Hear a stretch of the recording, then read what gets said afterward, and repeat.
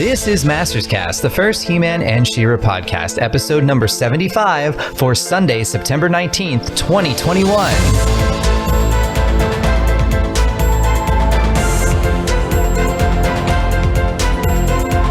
Being a champion is about defending those who can't defend themselves. Hey everyone, thanks for downloading as always. I'm John Callis, also known as The Shadow. Is that how I say it? Who are you again? Great start. Yeah, well, continue amongst yourselves, they'll get it. I am Katie Carty-Hiley, I think also known as Rainbow Bright. I am Martin Penny, also known as Wacky Martin. I am Leanne Hanna, also known as Stratos Macca. And I'm Josh the Lioncourt, also known as just Lioncourt. Oh. We're just on a super sugar high from watching the new CG Netflix He-Man and the Masters of the Universe 2021 cartoon, which I have. Do we know what is the acronym we're going to use for that? Because like we use just, I feel like MOTU and POP for the Filmation He-Man and She-Ra. So should this one be like HMOTU? No, because every series has been called He-Man and the Master Universe, basically. Yeah. Right, Well, like that was technically the name of the Mike Young and the Filmation. Right, we call Mike Young MYP. We always, or 2000X. Right, I feel like I call the cartoon 2000X. MYP. I think I saw somebody say hat. How would you say that? Hat Motu. I probably this typed should it out be- online, so I think was this- like, I don't know. Sure. I think this one should be just CG Motu. That makes more Motu. sense. Yeah, Or that works. Netflix, Motu Net. The problem with that is that we also have Revelation, which is also Right. Netflix. I feel like there shouldn't be ambiguity. Like this is Yeah. this one's called the CG. You know, this, at least in like the media, the reviews and stuff, this has been the CG He-Man and the Master of the Universe. Like I've seen it mostly written that way. So Can I it don't be know. even shorter? Could we just do like CGH? I don't You're know. like, I like no. CG Motu, but Yeah, I like CG Motu. Yeah. Okay. I've been overruled. It's like, Until the next CG Motu comes out in like 5 years, and then we're screwed. But you know. Yeah, I feel like it's. Motu. CG Motu 2. I love it. That's what we can call season 2. It's catchy. well, also it also CG sounds like a initials for Castle Grayskull as well. So there's that's good for it. Oh, I like it. He's right. I'm sold now. I'm totally sold. Oh, now that we have that out of the way, Right. did y'all all watch it? Indeed. Of course you did. Shut up. I didn't get up early before work so I could watch like half the episodes and then be sleepy all day. Oh wait, I And did. I certainly did not watch it while I was at work. How is No, that? no. That's no different to me than listening to music at work. Yeah, I think except I did television. no work. Yeah, it could enhance. It could enhance your productivity. It didn't, I assure you. Okay, to Martin's supervisors, he will put in the vacation day at a later date. Adam basically took the day off to just watch it just binge it with me. Aw. After we got, well, he went to the chiropractor in the morning. That's right. I was like waiting for him to come back because I was You're like, like, excuse I can't me. start until he gets home. It's like, But why are we yes. making appointments on He-Man Day? For real. How dare you have pain? But Well, for those who don't know, right, so the CG He-Man and the Masters Universe is a brand new, completely rebooted, revamped, remythosed Masters of the Universe. It's on Netflix. The entire first season has dropped. So that's 10 episodes of fun and excitement. Available now if you have Netflix. There are toys coming. I believe the street date for Walmart for the toys, in the States at least, is October 1st. Not to say you won't find them before then. But I think we should do a spoiler-free thought process first before we delve into the show. So we'll let you know when we start spoilers. So if you haven't watched it, but if you just want our general opinion, you can at least listen to the episode for the next like 10 minutes. Yeah. So who wants to start? Who's going to be real positive? Not Josh. So let's go to someone else.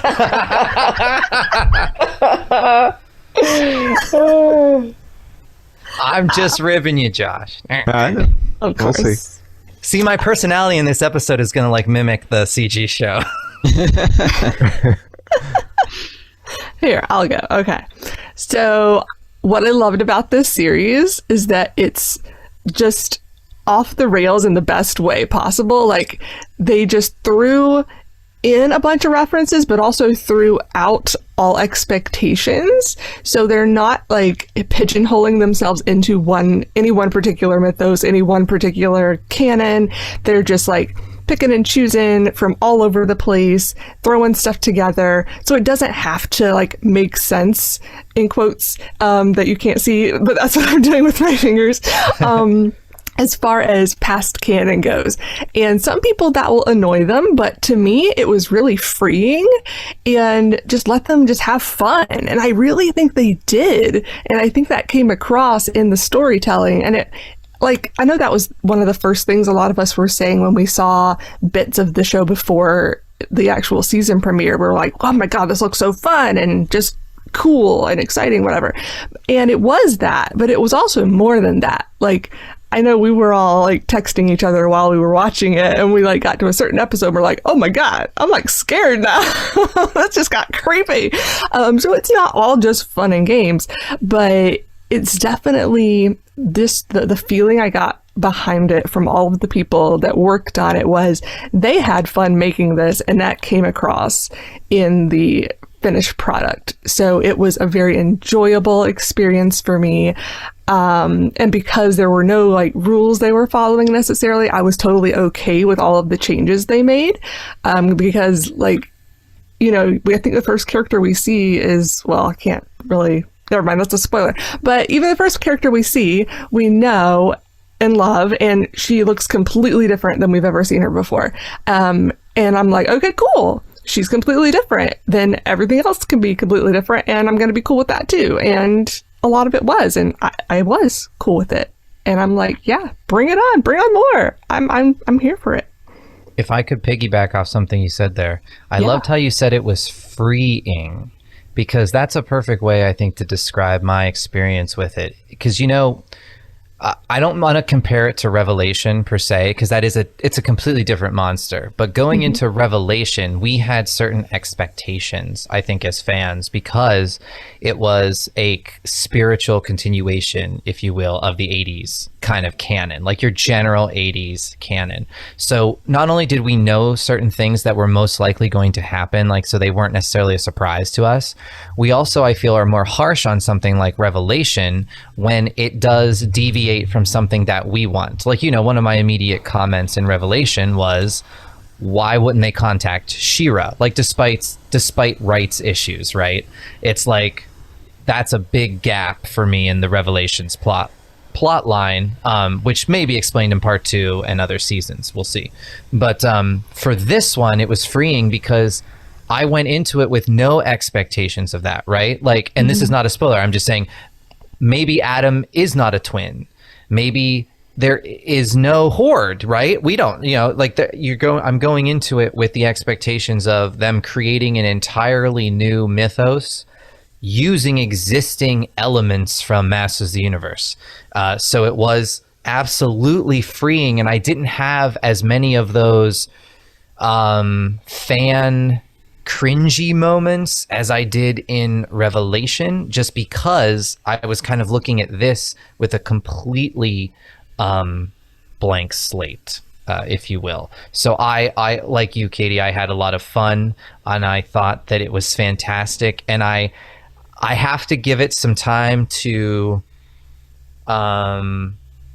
simmer, but I have a feeling if I was forced to rank all of the Motu and Pop cartoon media, I would be ranking this one eventually above New Adventures, Mike Young, and Revelation. So we'll see. Yeah, But, I'm interested to see how all of our rankings change over time, because yeah, it's up there for me too. How about Leanne? I pretty much agree with everything you guys said. I knew going into this that, I mean, obviously it was going to be its own thing. And I felt that made me more excited for it because I was like, bring it on. Like with the She-Ra show, the Netflix She-Ra show.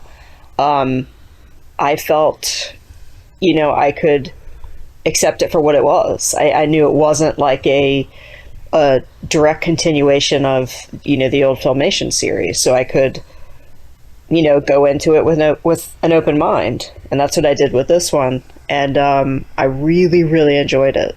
I thought that it was, it just had a really nice blend of humor and character building. It's got the lessons in there that you would expect from a He-Man show. I think anybody who says that this is like He-Man in name only, I don't understand that because it took so many elements from different parts of the mythos and, crafted its own story, but the heart of He-Man was there, I felt, throughout the whole thing. Can I want to just say thank you for saying that, and we should go into that maybe in the spoiler review. The common complaint or criticism I see online, which is kind of actually low, I haven't actually seen a lot of complaints for this show, surprisingly, is that it's He-Man in name only, and I could not disagree more with that statement. Yeah, I don't understand that. I feel that maybe that's a way for people to, I don't know, kind of hand wave the changes or something, but to me it's still, it's a different mythos, and the characters are a bit different, but it's still He-Man. It still has those same elements. It's just, repackaged in a more modern way, and it's geared towards kids, obviously. But I think there was plenty in there for adults to enjoy as well. There were lots of little Easter eggs and in-jokes and things like that, that make it fun for adults too.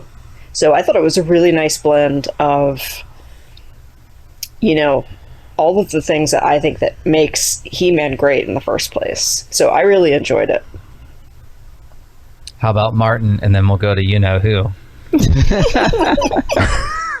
You're like this episode, he's like, how dare him play moderator and put me last? We're saving the best for last.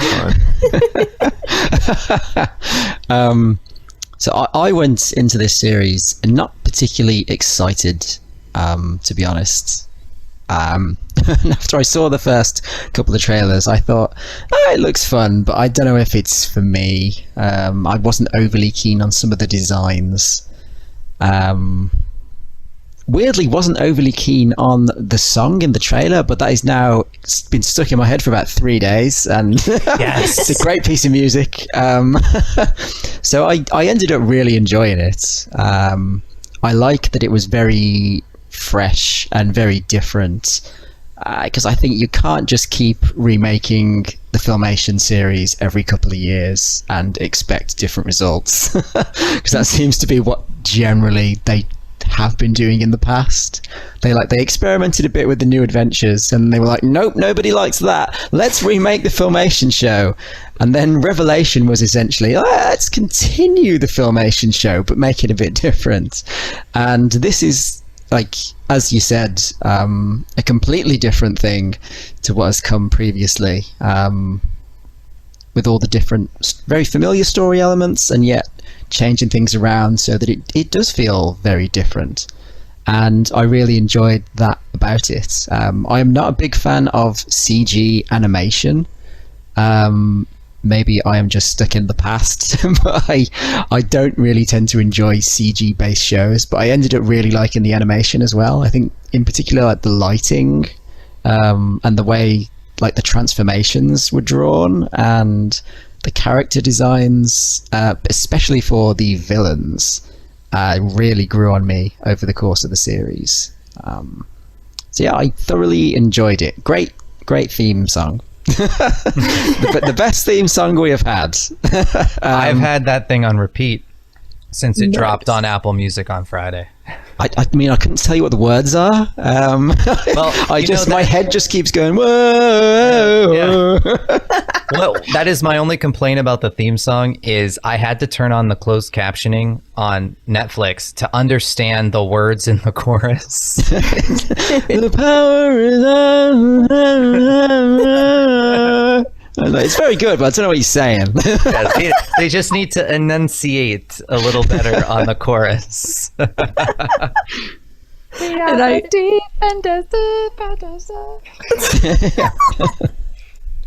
I will say, what you just said something that reminded me of something that was for myself as well, Martin. As far as the animation went, when I saw the very first trailer that I laid eyes on, my eyes got really big and I was like, oh God, what is this? But it really didn't take me long to get over that.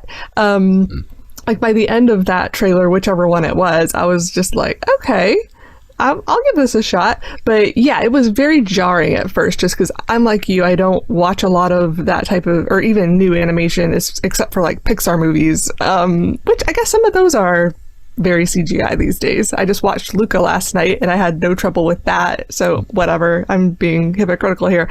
But I guess it's very, very, I don't even know what to call this. Is there a word for this type of CG animation?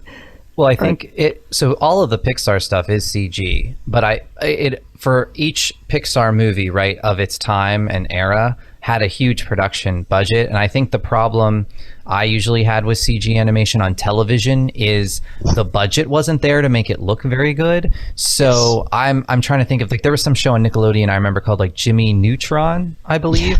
And I remember trying to watch it because I liked the premise and I just was like, this looks horrible. Like this CG looks like, go back to 2D animation. And I think we're now at a place for television animation that the CG looks spectacular, like kind of a Pixar movie level from a few years back, right? So yeah. I think that's what really helped too, because I don't like video games that are that 3D like that. I don't like most properties. Like I still would prefer Disney to do a traditionally animated musical as opposed to like, Frozen, which is CG. So that's me. Let me jump in really quick since I haven't said anything for quite some time. I was giving you the longest space. This is just bring us home, man. This is just a comment on the animation thing. I think that what you just said there is right, but I would argue that about the budgets, but I would argue that the budgets for television are getting larger in general. It's not just animation, right? Like, that's true. 10, 20 years ago, something like Game of Thrones would have never existed, right? Like the whole landscape of entertainment is shifting right now toward streaming and toward more television style storytelling rather than movie style storytelling, and TV shows now have those budgets of films in a lot of cases now, and I think that's just spilling over into the animation side of things as well. Well, I do think that we've probably held you back long enough, Lion Court. So I just unleash like to say, the beast. I was jarred in the beginning, and now I love it. That's all. That's where I was going. So yes, Josh, take us home. All right. I have had quite an interesting roller coaster ride with this show.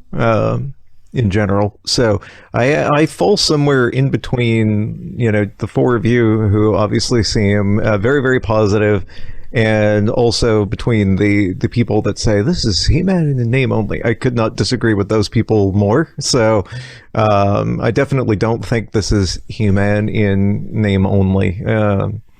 That said, I went into this show with extremely low expectations, as you all can attest to in the in our little Masters Cast chat that we have going on. I did not expect to like this show. The trailers really turned me off. A lot of the premise stuff that we knew going in turned me off. And I had extremely low expectations. With that mindset going in, this show was much less of a departure from the main Masters mythos than I expected in that mindset going in. So that is number one. I don't think this was a HeMan in name only. Like, this actually was much closer to the main mythos that we have kind of built up over the years. On the flip side, there's a lot of fundamental things about this show that I don't like. There's a lot to like about this show, but there's also like a lot of just fundamental things that are not for me. That does not mean this is a bad show. It just means that this show is really not to my taste in a lot of areas, and we'll get into more of that when we start talking more specifics in the spoiler section, because I definitely want to bring up some of those bits and pieces. But this is also not a terrible show, which is what I expected going in. I like it more than New Adventures, which I did not expect. I thought, oh, we're finally going to get a Masters show that makes New Adventures feel better than it is. And that did not happen. So I at this moment, anyway, subject to change, I rank this one above New Adventures. I don't really have a problem with changing things. It's more what the changes were that don't appeal to my sensibilities and my tastes and my things I like in storytelling. And there is stuff in this show that I do like as well. So it's very much a mixed bag for me in a lot of areas. But on the whole, I did not hate it. I thought it was going to be excruciating to get through 10 episodes before doing this podcast, and it was not. It was not excruciating. It was just kind of a mixed bag. I will say, throughout all of Masters, and I think this. I made this point a little bit during Revelation, and I want to make it during our discussion on Revelation. And I want to make it again now because I think it's a thing that fans lose sight of. Really across any property, but lately it's been especially noticeable with the the Masters property because we're getting all this new stuff. I think that it's really, really important to remember that over the span of 40 years now, right? Next year is going to be the 40th anniversary of the original release of like the toys and the mini comics and stuff. Oh dear God, you made me feel really old just then. Thanks, Josh. Yeah. I'm gonna go cry now.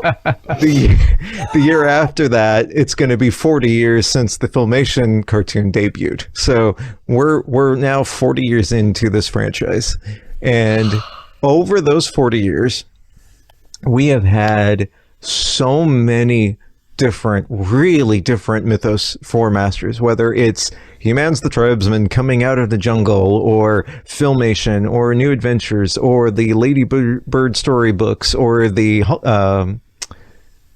Golden Books of the 80s, or Mike Young, or whatever, right? We've had even some of the like coloring books had like weird takes on the overall premise of Masters. We've had so many different versions of it. And over the span of those 40 years, one of the things that I've done, and I think a lot of fans have done, they just forget that they've done, is we pick and choose from all the different things. This is going to be part of my own personal, I don't know if anybody here listens to The Incomparable, but they're like a pop culture podcast that talk about everything, and they've got a bunch of Masters fans over there as well.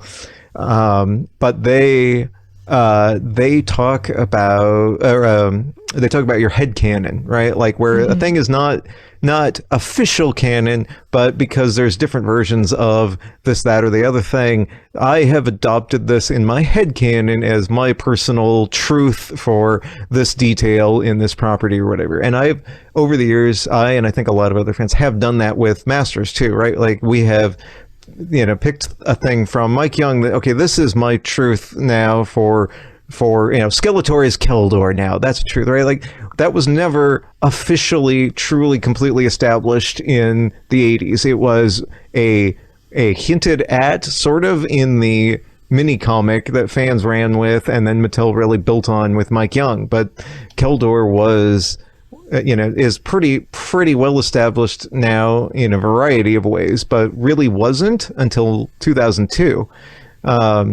But like before that, it's like you could take that as your headcanon, right? Keldor is Skeletor or whatever, because it wasn't official in any of the versions. So we've got all of these bits and pieces that we build on, and there's been versions that I don't really take and have part of my headcanon, right? New Adventures does basically in my headcanon does not exist. That doesn't mean New Adventures shouldn't exist. It just means for me, there was nothing in it that I liked well enough to accept. And I know I'm in the minority because I actually preferred the New Adventures mini comics over the cartoon. So those actually, I thought, had a little bit slightly better story than the cartoon did. And I might try to at some point, incorporate bits and pieces of that. But in general, New Adventures, not part of my nothing I'm going to draw from in my headcanon from that. In this, I kind of feel the same way as I do about New Adventures as far as that goes. There isn't really anything in this show that I personally would want in my Masters headcanon, and that's okay. It's like New Adventures or like He-Man coming out of the jungle and stuff. It's like I don't begrudge those things existing. They're fine, but not part of my own personal mythos, and that's okay. But they're curiosities, right? Like I like hearing about the Jungle He-Man or the New Adventures and little bits and pieces from that because it's interesting. That's an interesting take. That's not my take, but it can exist. It's fine. It's kind of like with Batman, right? Like I like the 89 Batman movie a lot. Like that is sort of like my Batman. That's my favorite Batman. And the 60s show, I have nostalgia for. I will watch it from time to time. I bought the entire series on iTunes when it was on sale for $20 because that's about as much as I like that show. I have nostalgia for it, but I don't think it's a good show. And there is nothing in that show that is part of my personal Batman headcanon, right? Like it's just it's fun and stupid. It is hilarious that you just brought this up. I am literally sitting at my desk here. And while the sentences before you mentioned Batman, I'm staring at my Batman, like Burton anthology set and my Batman 66, the complete television series box sets, and thinking after Josh stops his point, I'm going to say it's kind of how I look at 66 Batman versus 89 Batman. Both are Batman, right? But both are different. And both can exist, and you can enjoy both of them. In different levels. Right. And neither is Batman, quote unquote, in name, right? I was not born in the 60s. My first exposure, my real exposure to Batman was Batman 89. So who is someone from the 60s to say, well, Batman 89 is not Batman? Well, that is Batman to me. That was my first experience. Right. So if this was a child's first experience to He-Man and the Masters of the Universe, that's how it is. There's no way that you can teleport them back to the 80s. Like, entertainment just doesn't work that way. If it did, people would never make new TV shows, and we would just be still airing old TV shows all the time. You know what I mean? Like, things will evolve, they'll change, you're going to reinvent the properties. It's happened with Turtles and Transformers and G.I. Joe and My Little Pony. Hey, don't be hating on My Little Pony. That was a good friend. 80, I feel our friendship is magic. And so there's no harm there. But anyway, I love that you brought up the Batman point because I spot on with you right there.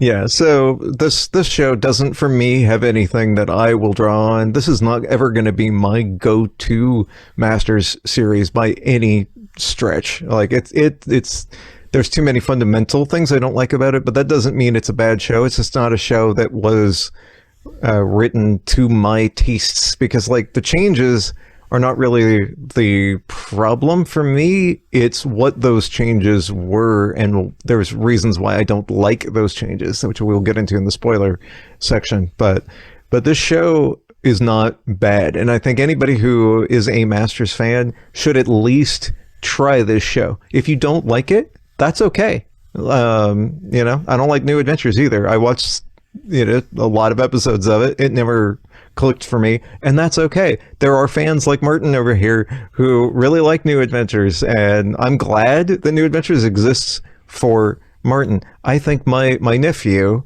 who is 6 years old right now, he has been watching for the last year. He has been watching the Filmation, and he loves the Filmation cartoon, and he knows all the names of the characters now, and all of that stuff. He's really gotten into it.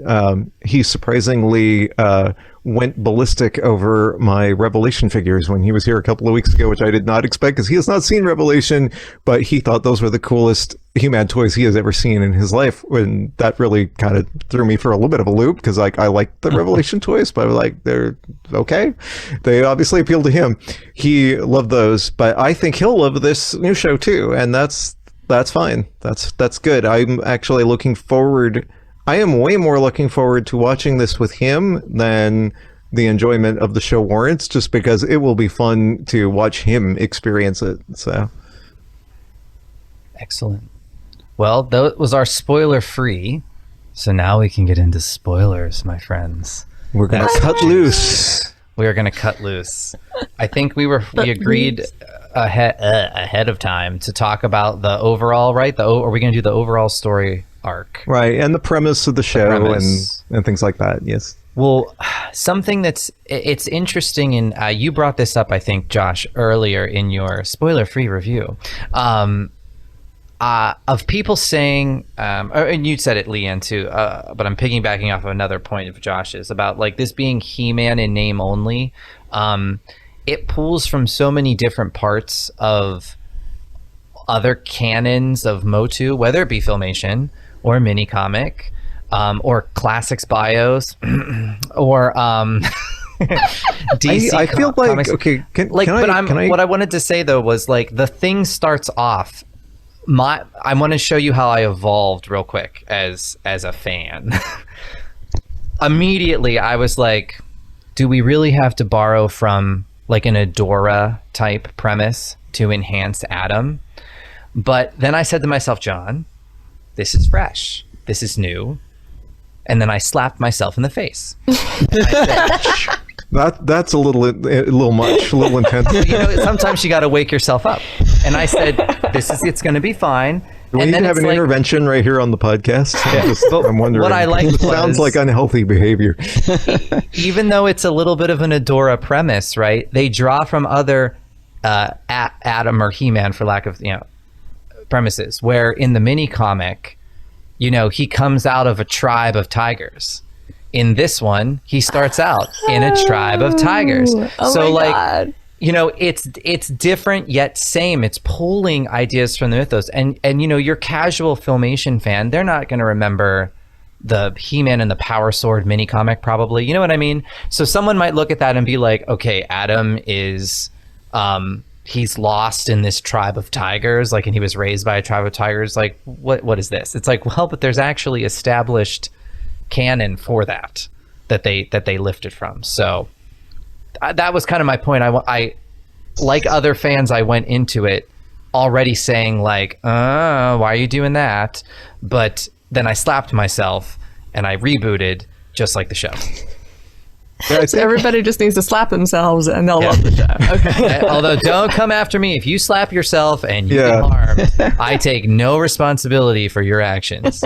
I think it's really interesting that several of you have talked about them pulling from a lot of different things. Like, I didn't really have that reaction so much from this show because this show felt to me like it was mostly a and I mean, I understand the legal minutia and the rights issues and everything else, like we've talked about to death over the years that we've been doing this podcast. And I understand that plays a part, but just strictly from a fan point of view, like I felt like this show was a lot of let's just draw from the classics bios. Like that's what this show feels like to me. But if you take that down another level, the classics bios was basically just trying to take all this disparate versions of the property and try to come up with a cohesive whole, and that's sort of what they're to some degree doing with this.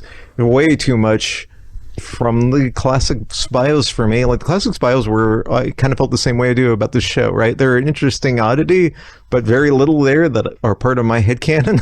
And I think that's partly where that's coming from with this show too, is I feel like a lot of it didn't feel to me like, oh, they're pulling this from Filmation or they're pulling this from the mini comics. It just felt like, oh, okay, they pulled out various pieces from the bios, but in turn, those, I guess, were pulled from other things.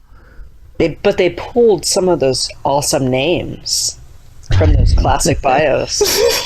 No, see, like that's this is one of the many things. We haven't seen Squiddish Rex yet. You know. Well, Only you just Raquel wait. Welch. Yeah, wait for season 2 because they did mention the merfolk, right? Yes. Oh my gosh, I've got some theories. Ooh. Well, how about this? All right, real quick. So because we need to get into the beef, I feel. So let's go through real quick the plot. So Adam has been back when he was a kid. Keldor steals Adam. They go to Grayskull. Keldor wants the power. The Eldris of Grayskull, aka what we would think of as the sorceress, ends up having to present Keldor with 2 options to wield the power of Grayskull. There's a power sword and a scepter. Keldor, being the little snake rat he is, he picks the scepter and ends up channeling Havoc instead of, the good power of Grayskull. And this starts to turn him into semi-Skeletor. Adam tries to defend the Eldris, yada, yada, yada. Eldris makes the castle disappear, sends Adam off, and Keldor is left to his own, devices. And Adam ends up being transported to a tribe of it's not all just tigers. There are also tribesmen and women in this tribe, but out in the outskirts of the jungle, well removed from Eternos and the palace, to hide him there. And he's kind of raised by Cringer, who finds him.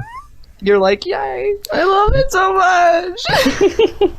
And it's obviously a long, he probably goes through, I couldn't really tell how old Adam was in that, maybe those first scenes, I don't know, maybe I think they say in the 7. first episode it's been 10 years since then, so I was taking it that he was and also he doesn't remember his life before, right. So I was kind of thinking he had to be 3 or 4, but I don't know. Yeah, let's go with 4, because I feel when we revisit him, he's probably 14. He looks visually maybe 14. I don't think he can drive yet. The flashbacks look a little older than a 3 or 4-year-old to me. I would have said maybe 5 or 6. Yeah, because he's picking up the sword and defending the sorceress or Eldris, whatever. Yeah, I don't think a 3 or 4-year-old would do that. Well, given our ages, we don't have to mention that. I might also just be thinking I still look like I'm in my 20s, so he obviously is too. So yeah, maybe he is 16, or maybe just about to be turned 16 when he's regular size. Yeah, regular size. I loved his redesigned outfit. Me too. Also looks a little Adora, but that's okay. It does. It does look a lot Adora though, the turtleneck, even the white turtleneck. Yeah, there were a lot of Adora elements, which I liked. Also, I liked the kind of tiger stripe pattern that was woven in there that kind of connects into Cringer and the tribe. I thought that was pretty cool. Well, I think it's a slick design. Something I picked up on the rewatch, because when you watch it the first time, sometimes you're just oh my gosh, need to remember all of this. When he's a kid and he picks up the sword for the first time, that's when that bracelet appears on his wrist. That kind of connects him to the sword, I guess. Yeah. And he still has that bracelet, when he's at the tribe. Yeah, I noticed it too. Okay. Second time around. Yeah, see, a second time I still just figured he was already wearing it for whatever reason. I did not pick up that it appeared then. That's cool. Well, and at the tribe, his best friends are Cringer and Crass, who I'm going to assume is Ram Man's daughter, because she's wearing her father's helmet. They don't mention him by name except father. And she does become Ram Mam, which I didn't even think of her being his daughter. Yeah, I think that makes perfect sense. Right? Because it's probably I never his put helmet. that together. It'll be another lovely moment for us fans, in a season 2, when they probably reveal what happened to her father. The Are we biggest still just doing the synopsis, or can I jump in for a No, second? jump in. We're going to be all over the place. There's so much to unpack on this, I feel. Yeah, I wasn't sure like whether I should interrupt you and how far you want we're going to go down the storyline. Interrupt me, slap me in the face, whatever. I just want to say a couple of things. So one is one of my like fundamental things with the show, I really don't like the fact that they made everybody younger, basically. That said, like they were pushing the limits for that for me in Mike Young, right? Because Tila and Adam were both supposed to be 16 for that show, and that was like really pushing it for me. I'm not thrilled with that they're going even younger on this one. That said, I'm much more okay with it with Tila and Adam than I was with Duncan, that we'll get to in a minute, because that's going to tie into something else I want to talk about. But I had a really hard time with Duncan. I really, really do not like him in this show. However, with Cress / Ram Mam, I feel like I really wish they had just done something else. Like, I don't really have a problem with the character per se. I wish that they would have just either created something entirely new, or I don't know. There's some other she's remixing. Basically playing the Tila role instead of Tila. Yes, which is also a little bit strange. I feel like they could have. Okay, I totally understand that there is a lack of female characters in the Masters side of the property. I totally get that. And I am 100% on board if they want to create new characters to address that. But they exacerbate the problem in this show by combining Tila and the Sorceress. They don't even, like, I mean, I feel like we could have had Tila be more like the warrior type Tila that now Crass has kind of taken over as, and then had had like the bird lady sorceress kind of thing as the magic wielder of the group. Like, we could have done something like that. They could have brought in what we think of now as like the Green Goddess character, or they could have just created something entirely new. I'm not sure I am completely on board with let's take Ram Man and completely change that character. Now, if I'm not completely, I have the same problem with Orko too, that we're going to talk about later, I am sure, but Orko was kind of okay in some respects because he isn't really Orko. We'll talk about that in a little bit. But I wish that they had. I think I would have been happier with just like let Cress be a new character rather than trying to redo the character. I felt the same way with Light Hope in She-Ra at first, and then got over it because Light Hope in the She-Ra show is so far removed from Light Hope, the character from the Filmation show, that really didn't matter. It was like, okay, talk about in name only, right? Light Hope was kind of in name only. Light Hope in the Filmation show was this magical being who lived in the Crystal Castle, that so on and so forth. And in the new show, Light Hope was a hologram that was part of a computer program that was like, it was like so far removed that it was kind of sort of serving the same purpose storytelling wise, but was like a character really, really far removed. And Crass is like, let's just take Ram Man and change that character a bit, more than I would have liked. And I think, like, I don't even need Ram Man in this character. Ram Man's not a character I particularly like. He's fine, I guess, but it's not like a core character to me or a character I really care about one way or the other.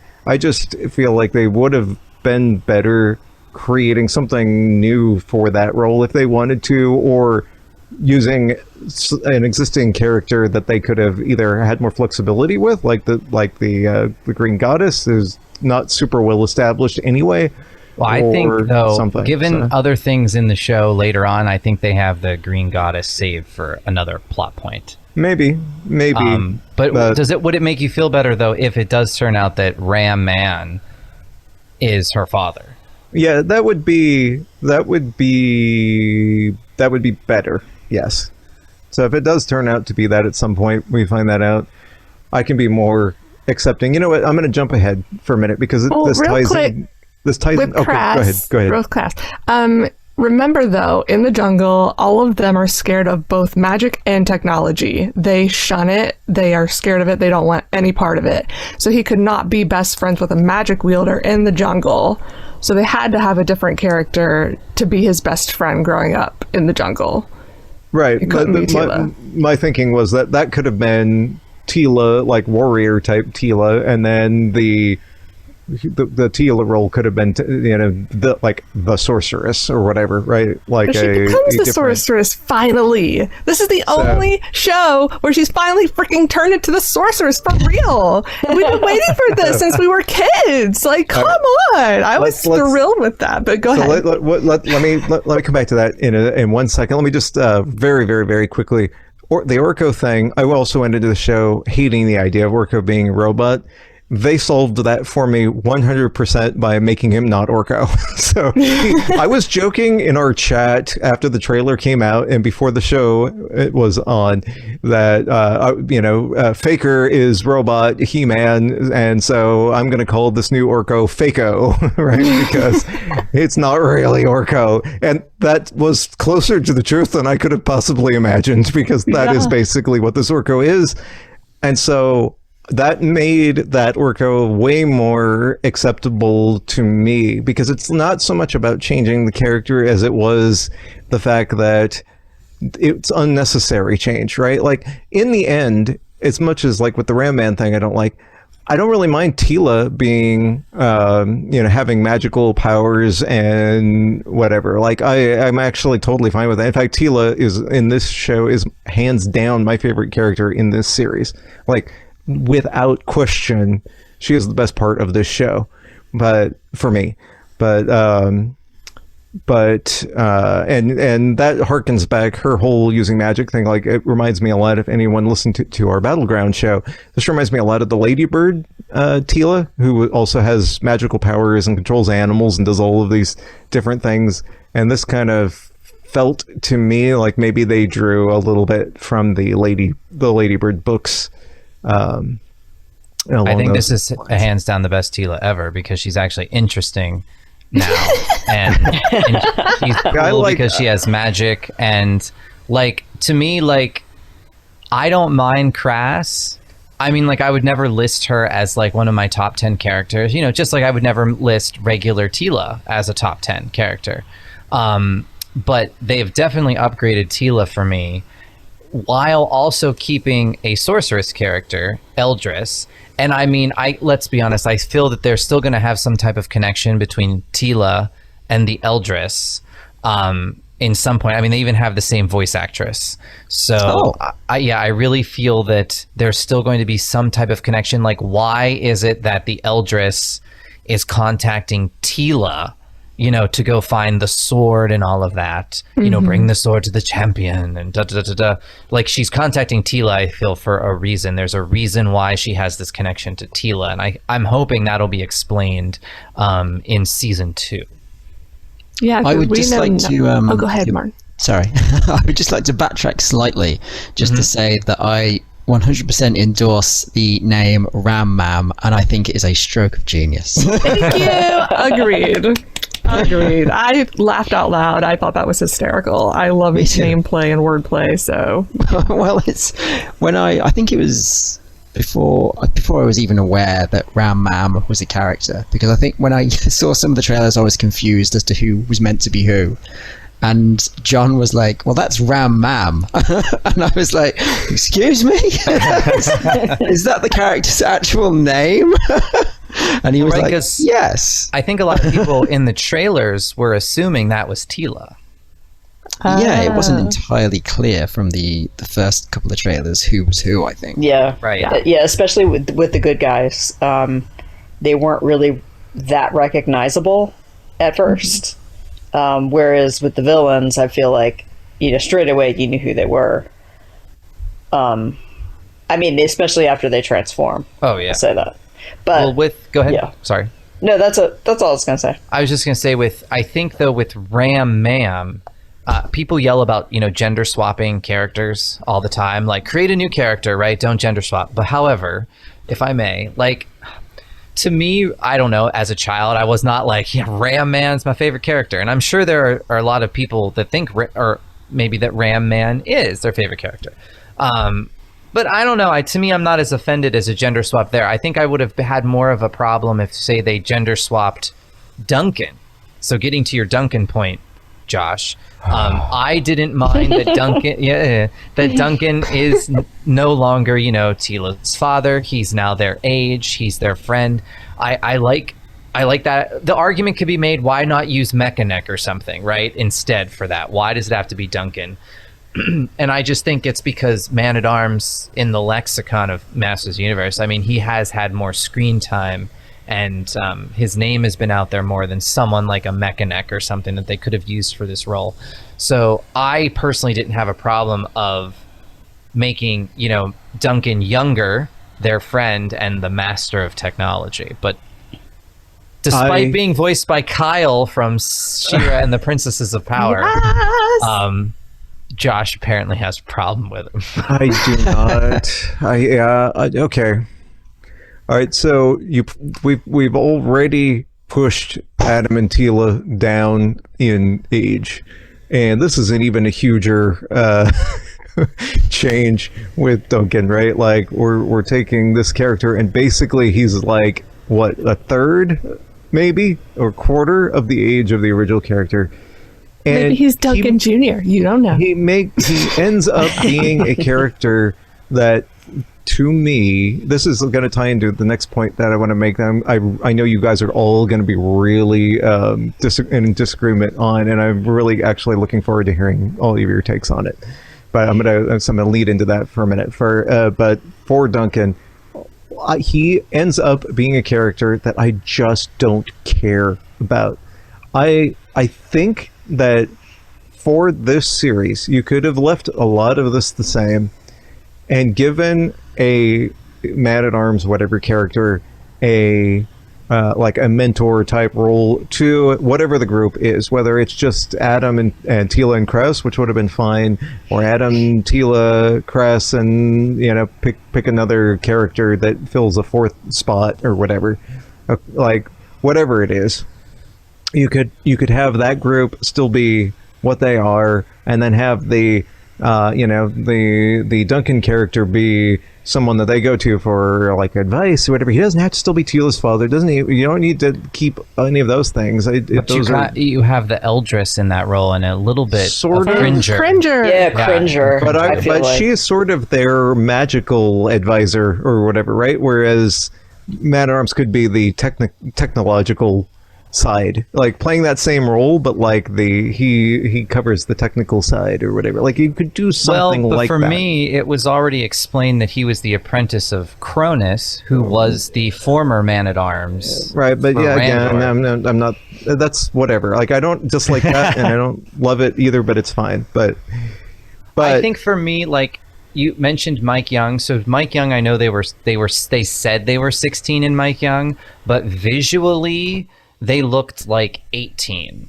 Right. I feel like they looked old enough that, like, Adam and Tila could have gone off in the woods. You know what I'm saying? And that was in this show, they look properly aged, like properly aged for like a teenage kind of like adventure, like kind of sort of, if you think about it, like a Teenage Mutant Ninja Turtles or like the Power Rangers. Very appealing to the kids. But I think that the fact that they were it said they were 16 in Mike Young, but they didn't, like you said, didn't look like it, but they also didn't act like it, right? For the most part, like Adam had his moments, especially in the beginning, the first 3 episode pilot thing, where he really feels like he's 16 or whatever, but for the most part those characters didn't deviate that much, and they felt more like adults than they did teenagers. So for me it was fine. I don't want to, I'm not real big on this show being about kids. I think I could have accepted it more with Adam, Tila, and Crass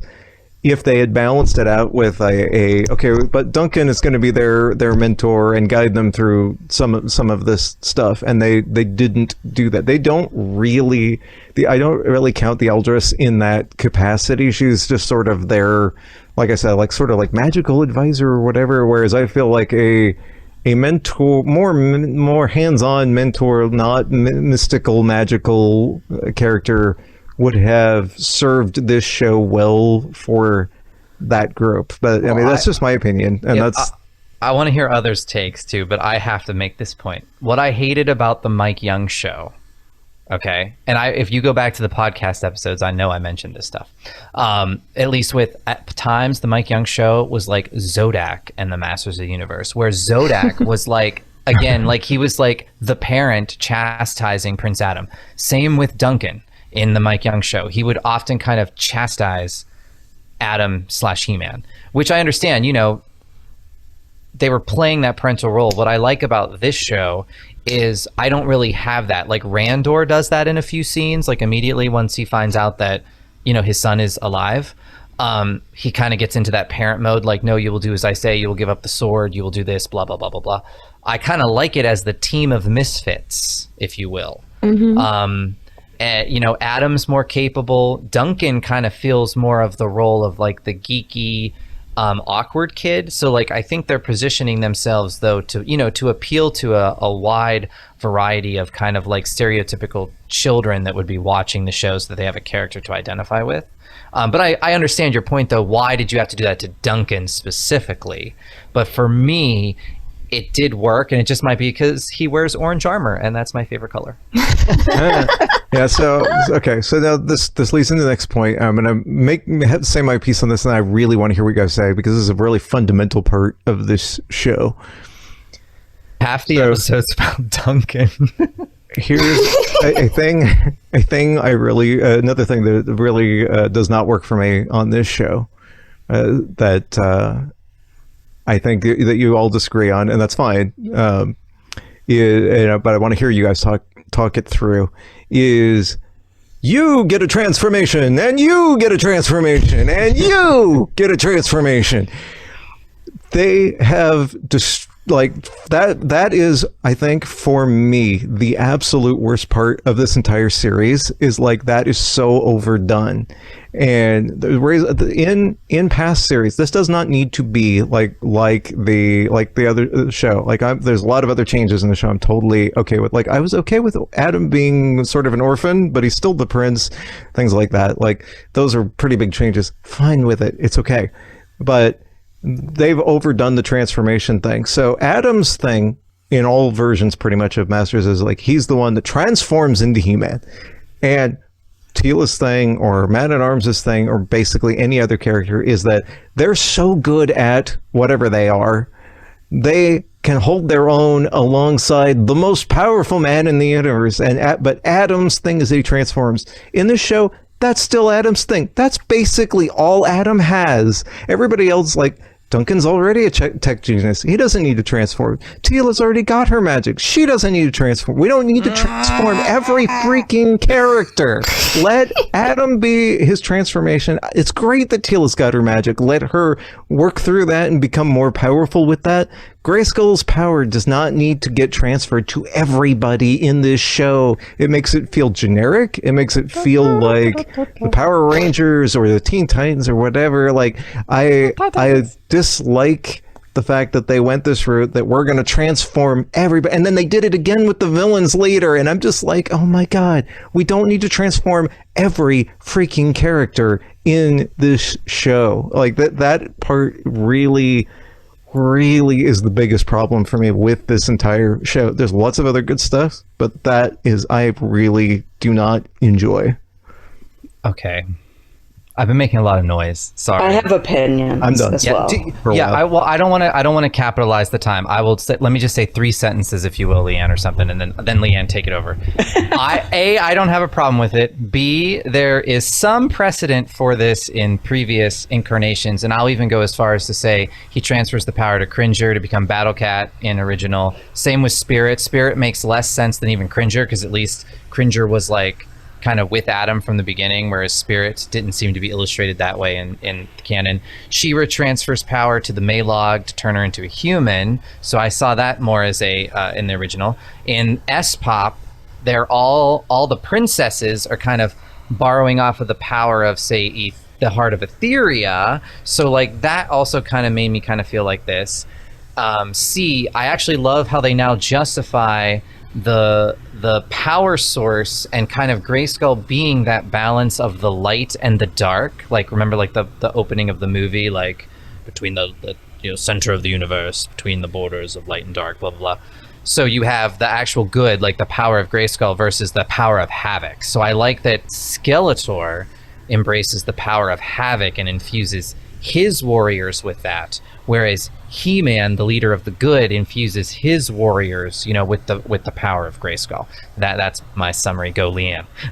Well, actually, Shut me up. let me just clarify one thing, just to make sure that I'm not. You're taking up Leanne's time. Not me. No, Leanne can totally go over. I'm not taking away her time at all. Like, but let me just to clarify, like the way that all of the stuff with Grayskull and all of that is great. Like, that's not what I have issue with, light and the dark and all of that, but it should have been, that's He-Man, that's Keldor / Skeletor, right? Like, that is who is controlling that part of it. And when it starts spreading out from those two characters, it's just like, it's too much. It's too much of a good thing, right? Like, it gets boring to me. The only thing I'll agree with you is this transfer, and Skeletor in the episode makes a joke about this. These transformation sequences, when they all transform, need to be condensed a bit, because it does take up a large portion of the episode to get them all transformed. So I'll give you that.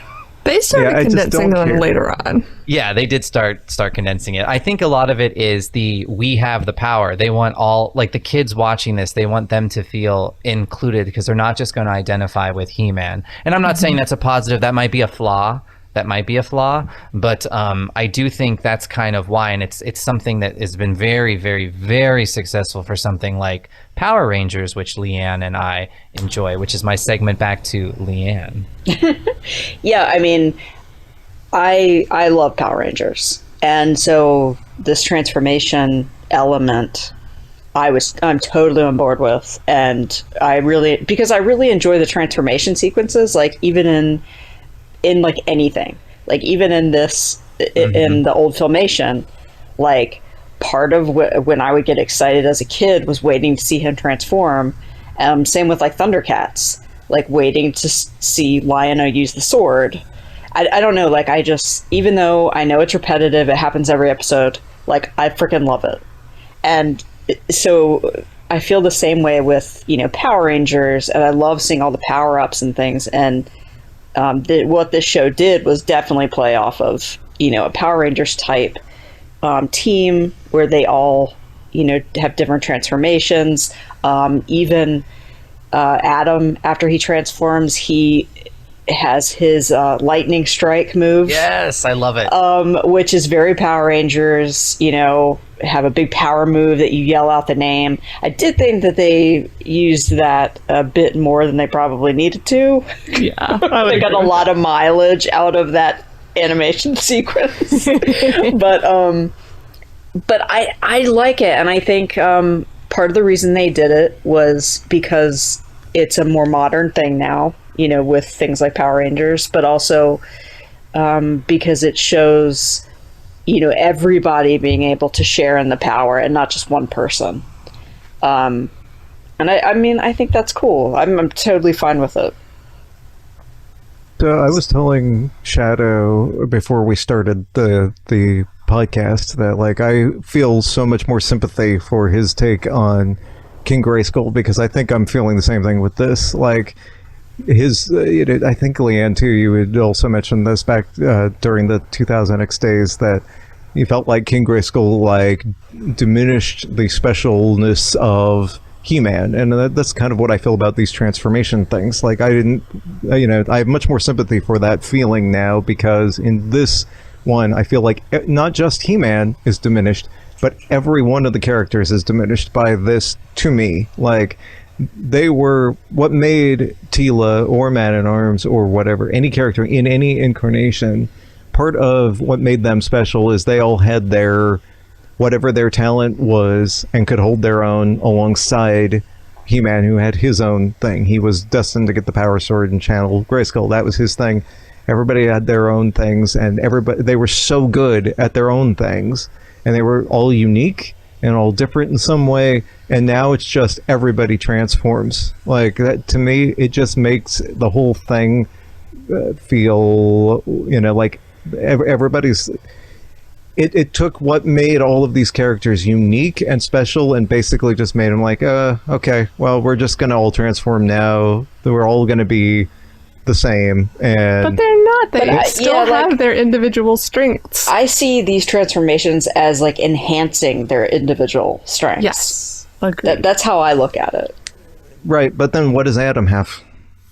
Like, he gets bigger. Really He's massive. No, but what is it enhancing, though? It's not that really. He is the chosen champion. Yeah. Right, exactly, and that is completely, I think, diminished by the fact that, well, so everybody else gets the power too. Like, I don't know, it does not work for me. Well, for me, it's not the same as King Grayskull, because someone can totally throw that at me, like, John, how can you like this when you said? Oh no, I'm not doing that at all. No. I'm saying I have more sympathy. Oh, for no. I'm saying, no. A listener might say, but John, how can you like these transformations, but you hate the fact that King Grayskull exists?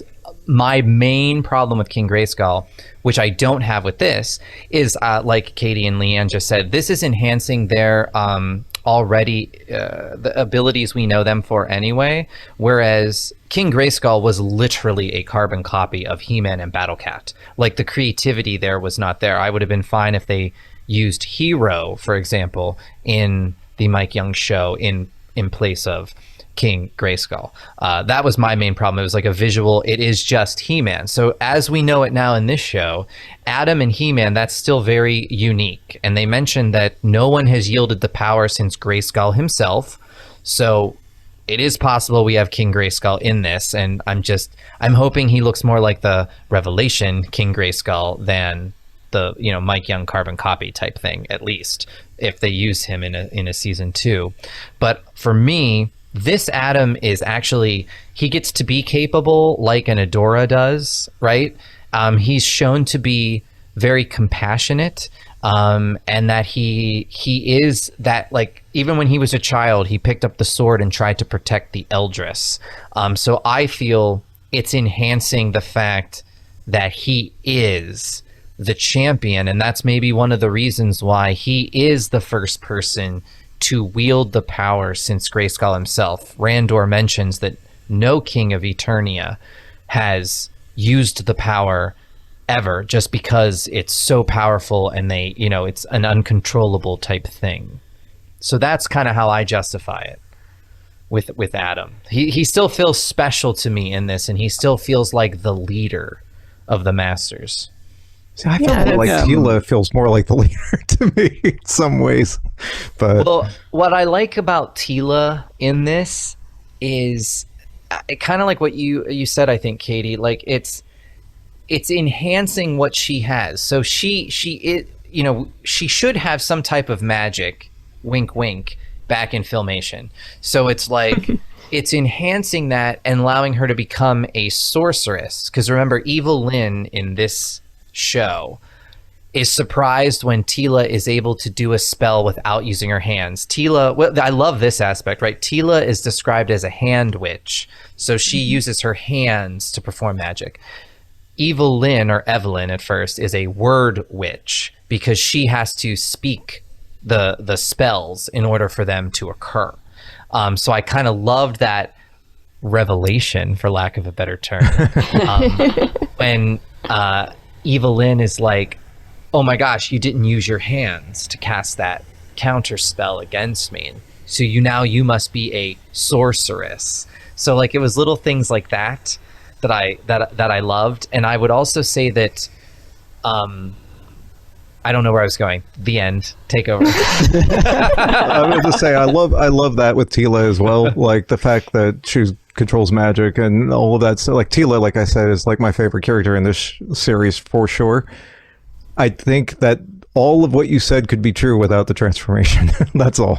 Like I think the transformation, I mean, I can see it as being a not a cop out, but an easy vehicle to kind of like Leanne said. It same with the lightning strikes type thing. It's very Power Ranger, and I don't know if other properties use this because I don't watch other properties. So I don't know if there's like similar things that happen in newer, incarnations of Transformers and things like that. But I do feel that they are literally elements that they added to appeal to the children. And that's fine. It just doesn't work for me. That's all. And that's fine. Yeah.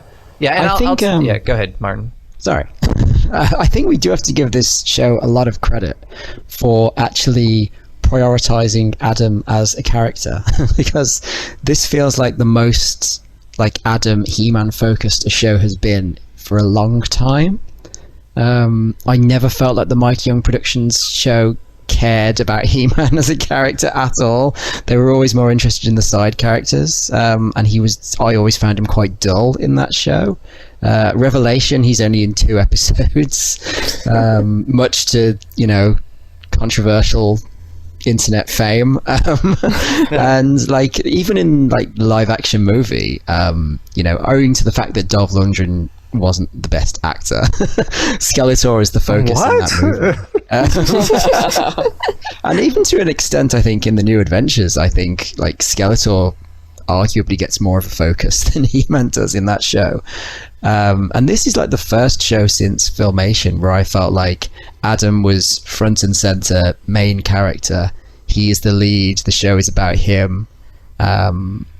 He's the focus of like a lot of the character development in this season. And to backtrack slightly, I agree with Josh on Duncan. I found Duncan completely superfluous to requirements in this show. Thank you. I'm not alone. All right, allow it. Like, have you guys watched that Cobra Kai show? Yes. Yes. All I could think about with that Duncan character was that one kid in that show who was like, the nerdy one that gets his arm broken at one point. Okay. You know who I mean? And I just binged it for the first time like a couple weeks ago, so it's still fresh. But that's all I could think about with this Duncan kid. He sounds like him, his mannerisms, like. But anyway, maybe a bit. See, I like this Duncan because he's like me. He's a total oversharer. He doesn't know when to shut up. His mouth is going fast, as fast as it possibly can, trying to keep up with his brain. Not to say that my brain is fast like his, but I think that's why he talks the way he does, is because his brain really is going a mile a minute, and he thinks he says that at one point, like I'm getting tongue-tied. See, I can't even talk as fast as he does. But he now has a weapon that can keep up with the speed of his brain. And I thought that was just fantastic that they have a character who is like that, because that's a lot of people. It's not just me. That's a lot of nerds. Let's be real. That's part of being, I don't know, wherever we are on the spectrum of things in humanity, but I know a lot of people that are like me in that sense, that we don't know when to shut up. We get off on a tangent, we just run with it, and like I'm doing right now, blah blah blah blah blah, like super fast. And I like that. I like that representation, and I like that character because I identify with him. And I think Adam, he's not here, of course, to ask, but I think he would probably love Duncan because he's a maker. Like, he loves making things.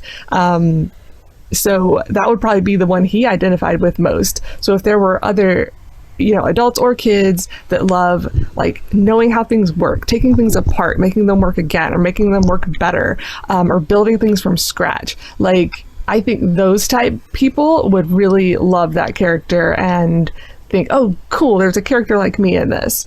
So I like him for those reasons. And maybe that's the minority. I don't know. But I just wanted to at least throw out that I'm not saying he's like my favorite character of the show, but I still like him for those reasons. Can I? Oh. No, that's it. Go ahead. Oh, I was just going to say, I think the thing that I would say along those lines is what you are saying is all good, and I understand all of that, but I think it's the difference between that being done well and not being done well. And the example that I would use for this is Entrapta, right? In the S-pop show. Same type of thing, right? Like the inventor making all the stuff, the nerdy thing, can't shut up, whatever, like all of the attributes you just said, done incredibly well.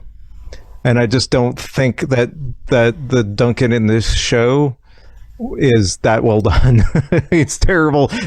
Apart from the age change, I could not care less about this character. Like that's the problem. Yeah. I feel like the show I would enjoy the show more if he just wasn't there at all. And I feel sad kind of saying that because he's just not well done to me the way that like Entrapta was in the S-pop show.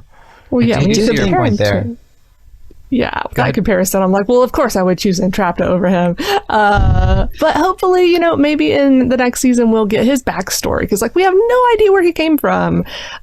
We just know that he and Tila were hanging out with Evelyn and Cronus doing their bidding for whatever reason, and Tila wasn't even getting paid yet. And she was like, hope Evelyn pays me this time. And I'm like, girl, you haven't been getting paid. Like, why are you still doing stuff for this witch?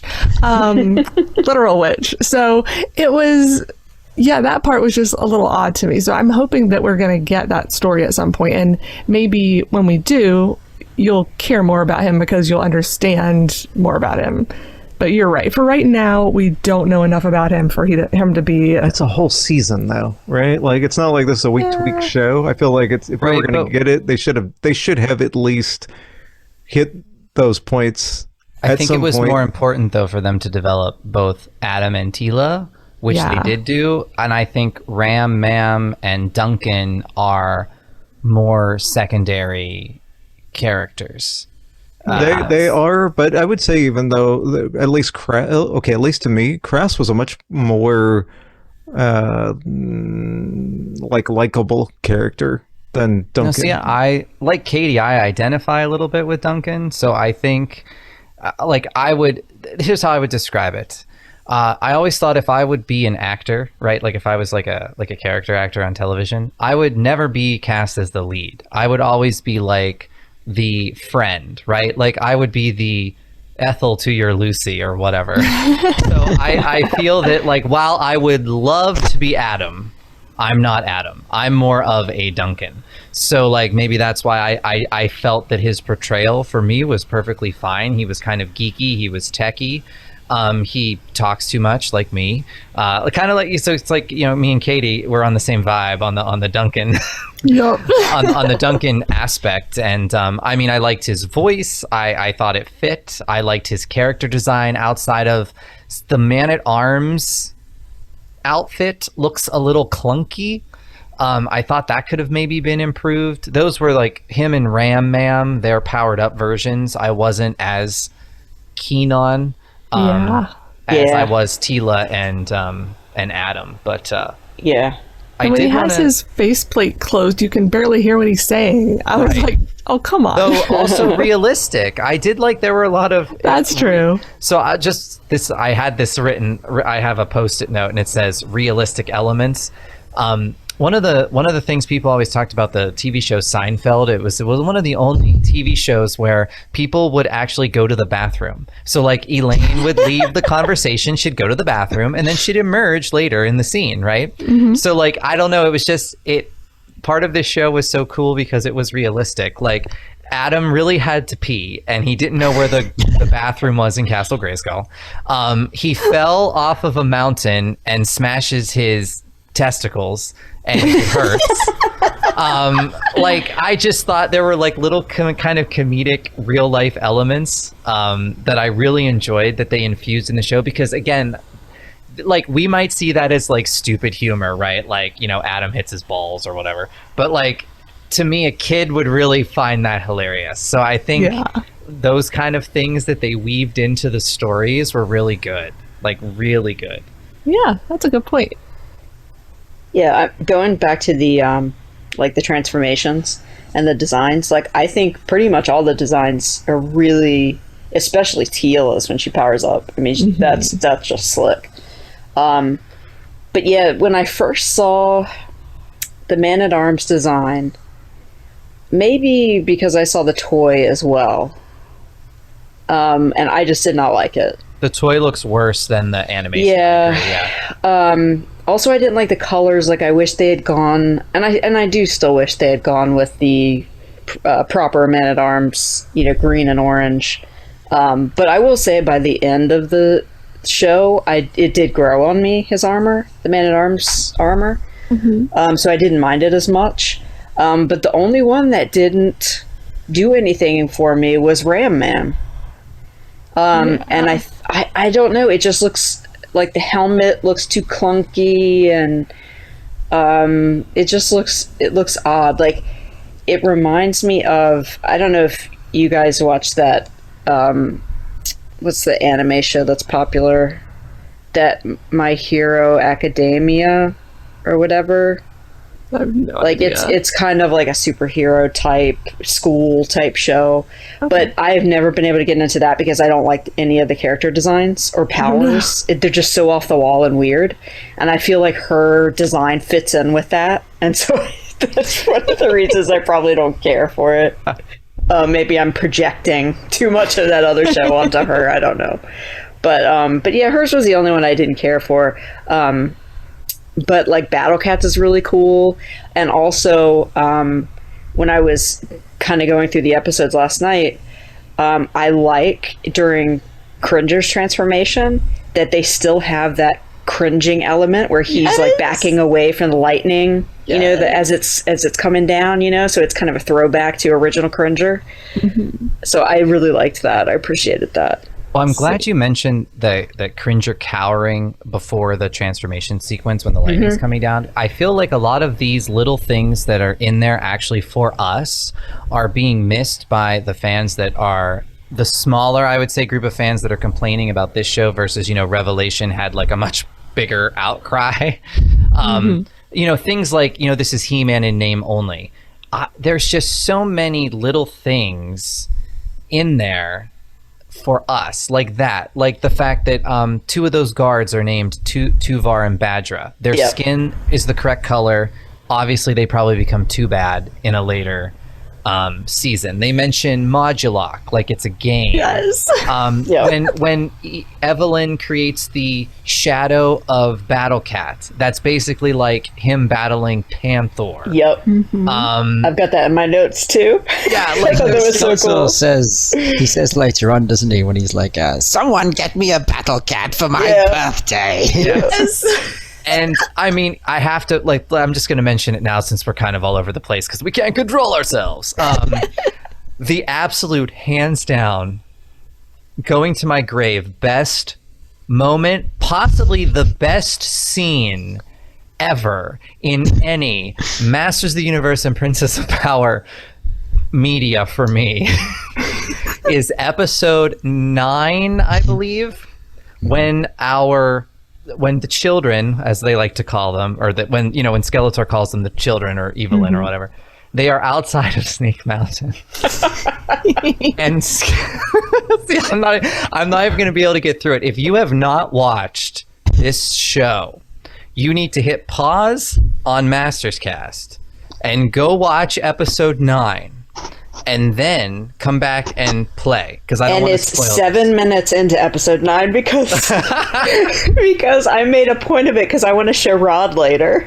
Yes, and I mean, Skeletor starts talking to Adam and the rest of them via the microphone in Snake Mountain, and it is basically one of the as a fan, This is just one of the funniest scenes I have ever seen. And the only, I mean, you might get a few chuckles from children because there's like microphone feedback, but that scene was absolutely in there for the original fans of Masters of the Universe. And it is hilarious. And I would like to give the writer of that episode, whose name is Peter, and I forget his last name. I looked it up. He needs an Emmy. So I'm going to send him one if I can figure out how. Give him an Emmy. Let him write some more episodes. I have to look and see which other ones he wrote. I don't know if he's like responsible for some of the other. There was like another joke where when Adam's told that he's a prince, he's like, "What? Now I have to wear white tights and like a funny haircut." Yep. Yes. Now, you know, some people will take that as they're making fun of the original show. No. Oh, come on. No. Oh, so good. It was so good. And I feel more people would accept this, like the microphone scene, than they would accept the S-Pop episode where they're in the Filmation costumes. I think this is that maybe nicer, if you will, like, but it was just like such a fantastic scene and so well acted by Ben Diskin, who does Skeletor, who is absolutely my favorite Skeletor since Alan Oppenheimer. Same. Amen. Yep. And rewatching it, I felt like he got better as he went along. Yes. And also at the one point where he's Keldor and he gives himself over to Havoc and he's laughing like a madman. I could not like, it sounded so familiar to me and I couldn't place it. And then I remembered he sounds like Jafar, like I was in Aladdin, right? Yeah. It's the same, you know, that crazy, like, maniacal laughter, but it was just really good. And then especially by the end of these first 10 episodes, like, he has just nailed Skeletor. Like, I thought it was, you know, he's doing his own thing with it. He's funny. He's, you know, I thought it was great. Like, he's definitely my favorite Skeletor since Alan. Did you feel too his Keldor voice actually felt very Jafar to me, to the point where I could have pictured him calling Adam like Prince Abu? Yeah. He calls to a street rat, doesn't he? He does. Yes, he does. Oh my God. Yep. That's amazing. I did not think of that. I'm going to have to rewatch it again with that in mind. Speaking of, like, oh, sorry, Kate. I just had to point out real quick before you go on that actor, for those of you who don't know, because I went down the IMDb rabbit hole with some of these people, he was the kid in Kindergarten Cop that was always saying, girls have a vagina, boys have a penis, whatever. I'm getting it backwards now. Boys have a penis, girls have a vagina, because his dad was a gynecologist or something. So, but he's the most memorable kid from that movie. Like, nobody remembers the actual kid that was in danger, who was being kidnapped or whatever, but everybody remembers that kid that kept talking about penises and vaginas. So that adorable little kid has now grown up to be our, you know, second favorite Skeletor, and that's just beautiful, and I love it. How about the fact that, like, I loved the scene when Skeletor reveals himself to Randor, and he's like, "Are you not? I can't do it. Like, I can't do the voice, but like, are you not terrified of me or whatever?" And Randor's like, "What? You got a new haircut?" Like, yes. Sorry, Martin. What were you gonna say before? Yeah. Oh, I was just going to briefly say, did anyone, the final scene where Skeletor sits on the throne in the throne room, did anyone else think that was a reference to the start of the live action movie? Particularly with the little side eye that Evelyn gives him when he sits on the throne. It is very live action movie, yes. I didn't think of that. I like it. Well, I wonder too with Martin, and this kind of goes back to Duncan. There's a moment in one of the episodes where Duncan makes a comment where he's like, "Is the castle actually a ship?" Yes. Okay. And then at the end, the Eldris says something like, "It's time for a new adventure." And then that's when they teleport the castle somewhere. And Josh, you mentioned earlier liking the mini comic New Adventures more. And in the mini comic, I haven't read it in a long time, but that's where Castle Grayskull becomes Starship Eternia. So I'm wondering if that's setting up a season 2 where they're up in space somewhere. I'm not saying the castle becomes Starship Eternia, but maybe they would bring in some of the mutants. I think something like, Optic, Slushhead would so fit into the narrative of the show. I definitely got the impression from the fact that they took the time to have the Eldris go, and so a new adventure begins. Almost winking at the camera. Yes, thank you.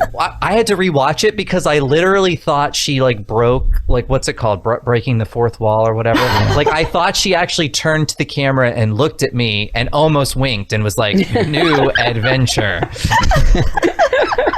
And that, as you say, John, that comment about when Duncan says, "Is the castle a ship? Is this the engine?" Like in that episode, when I first saw that, I was like, "Oh, is that a reference to the New Adventures comics?" And I thought, it's probably just coincidence. And then by the time we got to the end, I was like, "Oh, so maybe that is foreshadowing that they are gonna find there is some sort of engine in the castle, and we'll get some sort of Starship Eternia type thing." And maybe because I'm a fan, obviously, right? But I don't know if I'm reading into things more than I should, but I really feel that they're putting things in there for us like that. If you pay attention, and I hope I'm not proven wrong on this, but when Randor refers to Adam, have you noticed that he'll always say, when he talks about him being missing or whatever, he'll say my only son. He never says only child. Right? And Adam has amnesia. He doesn't remember before the tribe, right? So he wouldn't remember if he had a sibling. And there's a family portrait in the palace where it's very awkwardly staged because Keldor is standing next to a couch. Randor is behind the couch. Adam is in the middle of the couch. To the left of Adam is a sad-looking Queen Marlena, and to the right of Adam is basically an empty kind of spot on the couch for someone. A sad pillow. Yeah, it's like a pillow, and then the Eldris has a extremely She-Ra-looking tiara on, and I just feel like it's at the very least they're leaving the possibility open for something like New Adventures, something like She-Ra being introduced into this. Yep, I felt that way too. And also, I mean, because you never hear about Queen Marlena either in this. So maybe they're tied together somehow. Maybe there's a reason they're both missing. Yeah. I like it. So many questions that I hope maybe they're on Primus. No, you never know. I really hope the entire second season is not on Primus or New Adventures esque or whatever. I would think they'd be better, at least for me, if it's here's a 3-part adventure where we go off and we're going to do the New Adventures thing. Okay, now we're back on Eternia for a while or whatever. I don't think it would be. I don't think it would be extended, right? Because Skeletor he is now in control of all of the Eternos soldiers. Right. So Eternia itself is still in peril. So I definitely think the Masters would be trying to get back to the planet if Grayskull was relocated off of Eternia. There is a planet, if you notice, or a moon or something in the sky in a lot of shots that looks like it's been half exploded. Yes. Yeah, I wasn't sure what that was going to be either. I have no idea where they're going with this, but I'll just throw it out there that over the years we've had the dark hemisphere and the light hemisphere on Eternia, and then we had the mystic wall and all these different versions of that kind of concept. But if you go far enough back in the mythos, instead of that, it was that there were the 2 sister planets. That was Eternia and Infinita. Yeah. So I kind of wonder if maybe that instead of it being 2 halves of the planet, maybe they're the planet got broken in half, and that what you're seeing in the sky is the other half of the planet, and they're going to do something with that on I like that. I like that. On Infinita. I don't know.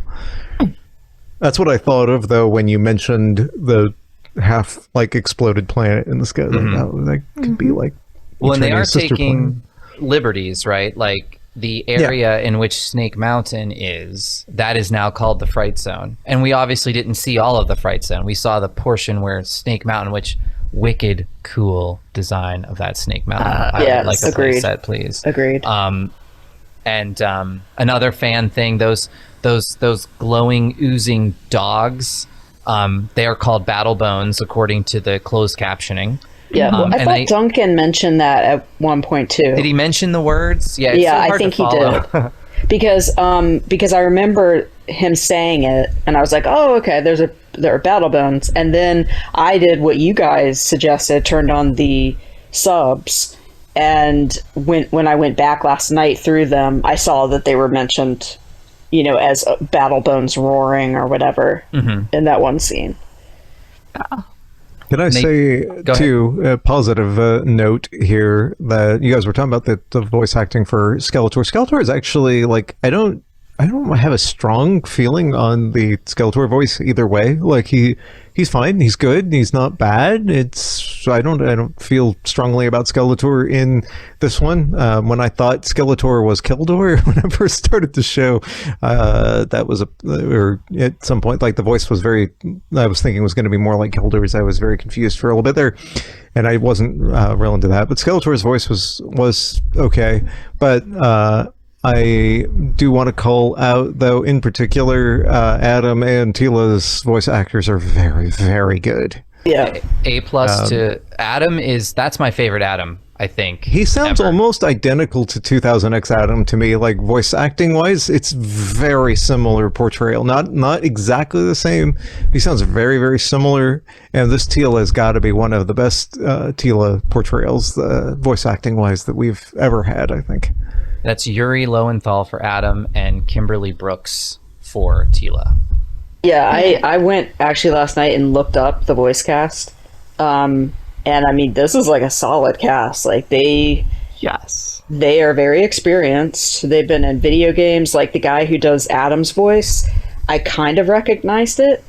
And I didn't realize until I looked it up that he does Peter Parker, the Spider-Man voice in the PlayStation games. The most recent ones. So I mean, he does so much stuff.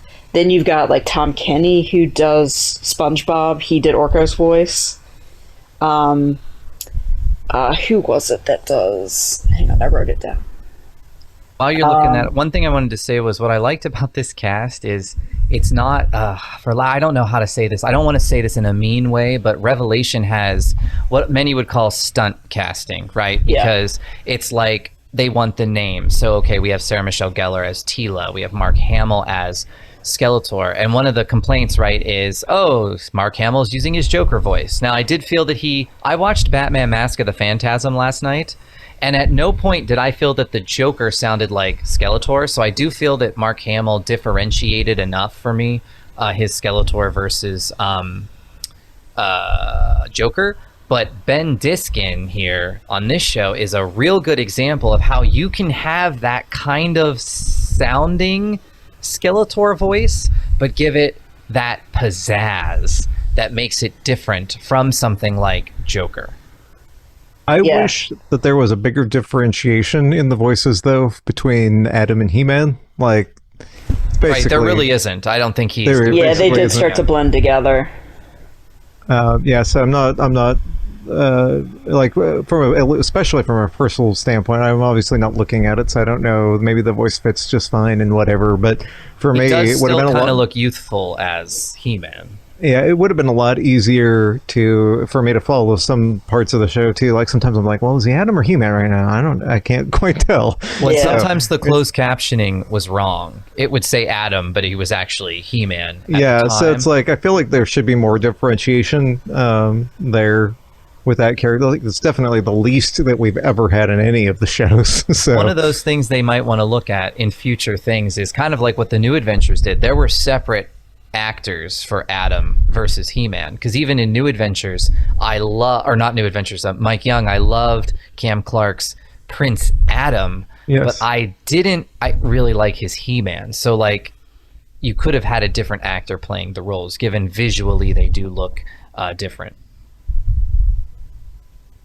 Oh no, it didn't bother me, but I see y'all's point as well. Yeah, I think at the beginning he tried to differentiate the voices more, but then it just kind of blended together by the end. Okay. That's just kind of my feeling on it. But listen yeah, to it definitely seems like for this cast, they went with like seasoned voice actors as opposed to, big name, They actors. did during the Mike Young series as well. That was the very much the same strategy, I think, to the point where Man at Arms and Mike Young was the voice of He-Man in New Adventures. So, Yeah.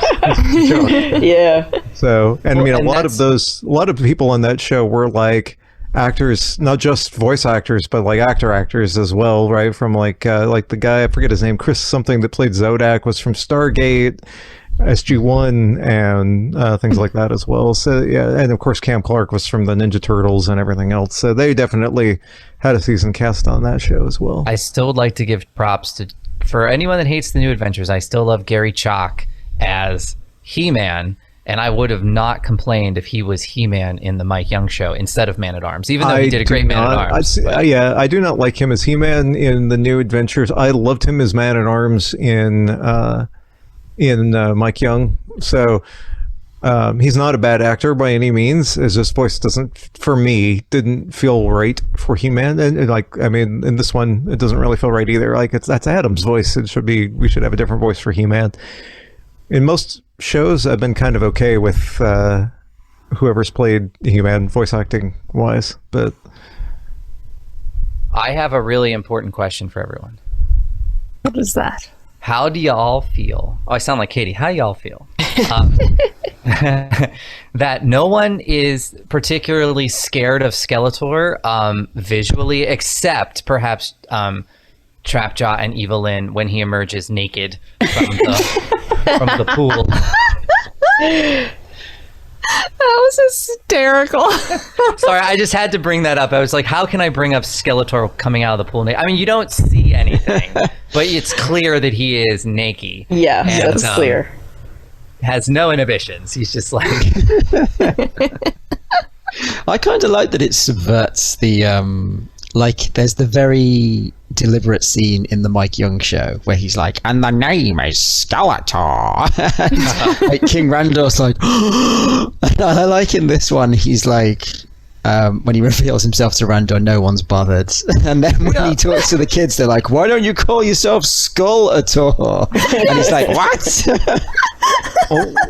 Am I misremembering? But wasn't there like a thing that was a Skeletor in something somewhere, like something that didn't get released, or maybe something, mini comic or something? Like I have like a very vague memory of that name being from somewhere. Does anybody Skeletor? remember Skeletor? I don't know. Maybe I'm misremembering something. But it was a funny joke. That episode was the microphone episode. So Yes, it was I have a microphone, you don't. What? stupid technology. And I love that the eyes like lit up as he was talking. yeah. Totally. Oh, and I gotta give one more shout out to a voice actor.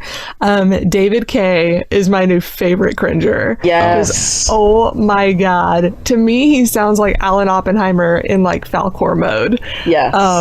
And I'm all about it. I'm all about it. I even tweeted at him. I was like, I don't know if you were trying to channel Alan Oppenheimer, but oh my god, you nailed it. It was brilliant. I love it. Keep it up. Kind of. I thought he was meant to be Optimus Prime. I was going to say Liam Neeson. Oh yeah, he does kind of sound Liam Neeson-y. You know what? He voiced Megatron in Beast Wars and the Beast Machine series. I thought that was the same guy. Yeah. But he was just phenomenal. Like that's definitely my favorite cringer. I love the mentor cringer. Mm-hmm. And his backstory and everything. Like I think it's awesome. I like how when they mention they do mention the snake men or the snake people. Mm-hmm. Cringer mentions because he's been reading about them in the library, and he says, isn't everybody reading about, from the books in the library, and they're like, no, and he's like, children, shame. Yes. It was so good. So good. And again, oh my god, that's all the same episode, Leanne. Oh my gosh, that's also where Cringer, but right before he reveals more about the Snake Men or whatever, right? That's when they go into Snake Mountain, he's like, and these type of fortresses classically have trapdoors and like all the features of the old Snake Mountain playset. Oh, it was just amazing. It was amazing. I hope they bring in the real Orko at some point. Yeah, me too. I think they will. Cool. Because they seem Tila to be says that laying he the seeds ascended, for it. right? Like that the Trollans ascended to their other dimension or whatever. Yeah. And we don't know where the castle's going to end up now. True, it could end up on Trolla. You never know. Oh. And it's weird how they mention the merfolk and the Avalonians, right? But they never show them. So that's also, I feel, going to be something that probably is brought in maybe in season 2. Maybe they start to rise up against Skeletor at first. Yeah, okay, so this is one of my things, right? So a lot of the times, the few times that they're mentioned, the merfolk and Stratos' peeps, which, by the way, just mentioning them is way more Stratos than I ever got in Revelation, and I appreciate that. Like, even just an acknowledgement is just, I'll take it, But because they're mentioned together, kind of, like, you know how there's these matchups going on in the show where, like, you have, Trapjaw versus Man-at-Arms, and Beastman versus Cringer, and there's these villain hero matchups. So I wonder if you're going to get a Stratos Merman rivalry matchup type thing. Oh, possibly. I think that's plausible. I also find that it's interesting that they seem to go with possibly accents for the Stratos people. Remember? Yes, apparently they're French. They're French, right? But in MYP, he was like Scottish or something, right? Yeah. So it's like, yeah, that's. Hey, you know what? I'm open to it. I'm open to seeing what the deal is with them. But I wonder, because in that one point, there's that weird ass French song that plays. I was just gonna say, is that not the most like? I was just like, what is this French song? Like, it was so out of place that it worked. Yeah, and I'm wondering, like, is that, a song, a Stratos song? Like, is that, like, Yeah, is it tied to them? Because it is kind of when Duncan, like, slows down all the tech. Yeah. And he's allowed to, like, kind of throw it out of the air where it's floating. It goes like Quicksilver mode. Yeah, like where he's going faster than everything else. Yeah, he's like the Flash. Yeah, he's like the Flash. Yeah. I like the Flash better than Quicksilver, Katie. So we're gonna go with the Flash. I'm happy with both. Either. You know what I mean. The proper Scarlet Speedster. But yeah, and then because Duncan had mentioned before when he was working on Orko that they say voila or something. Mm-hmm. So I'm wondering, is that like a song from their people, or is that like Birdman, one of the Birdman songs that's like super popular on Eternia or something? I don't know. And it's on the soundtrack, right? I think it was on the soundtrack when I listened to it in the car. Oh, I hope so. I need to go check that out. It's on for anyone. It's on Spotify and Apple Music. So stream it. Like nice. Martin and I have been repeating that theme song over and over again. It's still going in my head as we speak. You're never going to sleep again. That song will just the main whoa bit, just constantly. Even as I'm talking now, I hallucinated hearing it as I was doing my shopping this morning. I was like, "Are they playing the theme song in Sainsbury's?" And it wasn't that at all. It was something completely different. But in my head, I could just hear in the distance. One thing I wanted to mention was, you guys already mentioned the Snake Men. Cringer explained the Snake Men, so I like how they established that. I do like that they're putting some little tiny Horde references in. I feel like they're being more careful with the Horde, okay, than they are with the Snake Men. So here's my theory on that. So they mentioned the Fright Zone, and that's now on Eternia. When Evelyn is powered up, Tila, or Sorceress style Tila, calls on the power of Zor, and then Evelyn calls on that Horokoth, that's like a new thing that was in the classic bios and the Eternian or Eternity War comic series. I gotta read that, but basically there was like 3 magical totems, right? Like Zor, Horokoth, and Serpos. So I'm thinking that Evelyn might be some type of connection now to the Horde, perhaps, and maybe that's because she is a witch, and then you have like Shadow Weaver, you have that kind of stuff. I don't know. It just made me think that they're doing less groundwork maybe with the Horde, because possibly with She-Ra rights and all of that stuff, like maybe they would use the Snake Men before they would use Snake Men and New Adventures before Horde, which I'm okay with. Let me just comment in here as well, something that had occurred to me as far as the Fright Zone thing goes, because this is one of those things that's kind of been part of my headcanon forever, and this may be sort of where they're going as well.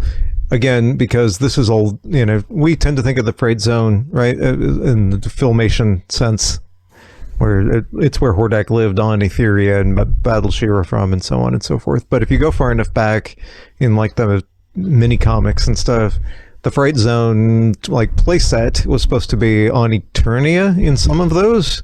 Yeah, there's like a portal in which you go to Etheria. Well, there was that thing too. So I'm wondering, in my headcanon, it was always sort of like wherever the Horde kind of sets up base, like they call that base on Eternia or Etheria or any number of planets that they've taken over, that where their base is the Fright Zone for that planet. So if Hordak does feature in here and was once on Eternia, and maybe whatever, tutored Keldor or not or whatever, like maybe the Snake Mountain's just part of the Fright Zone of Eternia, and there will be other Fright Zones. What would be great is, I would love it in that Fright Zone, maybe even near Snake Mountain, it'll look sort of like the Fright Zone playset, because we've never had that in animated form, because I think they would do wonders with like that tree that comes alive and maybe the monster and stuff, and maybe dragon, they would go there to perhaps go through some type of portal to get to wherever maybe Adora is, or something. Or it could be like all Fright Zones are linked or something like that. Yes. That's a good idea. I like that. Let's hire you on the team too. Hey, JoshTheLionCourt.com. There's contact information right there, people. I write books, fantasy books, if you want ideas. Go ahead, Katie. Oh, I was just gonna say, did any of you guys pick up? This was in episode 1. I think it was after HeMan first transforms, and Tila's trying to like jump up the way she's like laying on her back, and she's like, "I'm trying to jump up onto my feet, cool, like that cool people thing do, whatever." Yes. And she can't do it, and he does it, and then he picks her up, and they like linger for a second after he sets her down, and she just says, "Don't make it weird." And I was like, "Oh my god, that's a total throwback to Filmation when he's carrying her." Exactly where my brain went. They're totally setting up an eventual, I think, Adam Tila romance. Yep, I think so too. Maybe even if they don't, I just loved that connection back to the old show. At least that's what it brought to mind for me. That very iconic, him carrying her off into the sunset. She's like, "Really, I'm fine. I can walk." He's like, "No, it's fine. I don't mind." Whatever he says. Well, I feel he has better chemistry with Crass anyway. Like, I kind of feel because she's in the Tila role, he kind of has that. I feel like they would actually make a better couple than Tila and Adam in this one if we're gonna go one of those routes. We're starting shipping already. Wow, guys. I was trying to stay away from it since they're kids, as Josh says.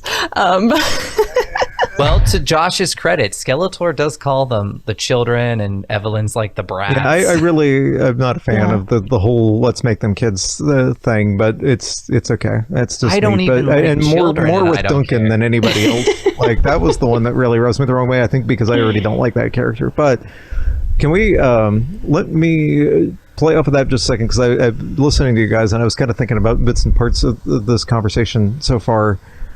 And it just throwing this out there, maybe part of the problem is that they've sort of made, right, like Adam, Tila, Duncan, Crass is sort of like our core hero team or whatever for this show. Maybe part of the problem that I have with, especially with Duncan and to a lesser extent with Crass, is that if you're going to have a very clearly defined hero team like this, I think that all of the characters need to be more developed than they are, and like they've spent a lot of time on Adam and Tila, and it may be just that there's not enough time to give them all that, but if that's the case, maybe this should have been a trio. Maybe they should have done things a little bit differently to make you really have more of a connection with the entire group that you're supposed to be going here. You know, I'll point to, like, you know, Harry Potter or whatever, right? We've got like the trio in that with Harry and Ron and Hermione, and they all have their, you know, Harry's our main character, but they all have their time, and everybody's got like their favorite, right, of the trio. Like, oh, I'm a Ron fan, or I'm a Hermione fan, or whatever it is.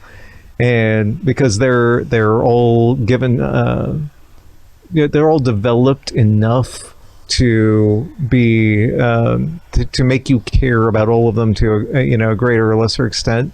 And I don't feel like, especially Duncan, but Duncan and Crass, I don't feel like get enough attention and enough story oomph behind those characters to make me care very much. I mean, I'm not defending it. I do think this is a pitfall, kind of typically of this type of children's programming. At least I do see it with Power Rangers. I think Leanne would agree. Like, oftentimes your Red Ranger and your Pink Ranger, so the main man and the main woman character, right? They tend to get more story development and or screen time than the other Rangers that don't tend to get developed as much. I'm not defending it. I agree with you. I would like to see more development on all of the characters. Yeah, I think maybe, though, doing 4 might have been too much. Like, if they had cut it down by 1 and either just have it be Adam, Tila, Crass or Adam, Tila, Duncan, it might have made you care more about the 3.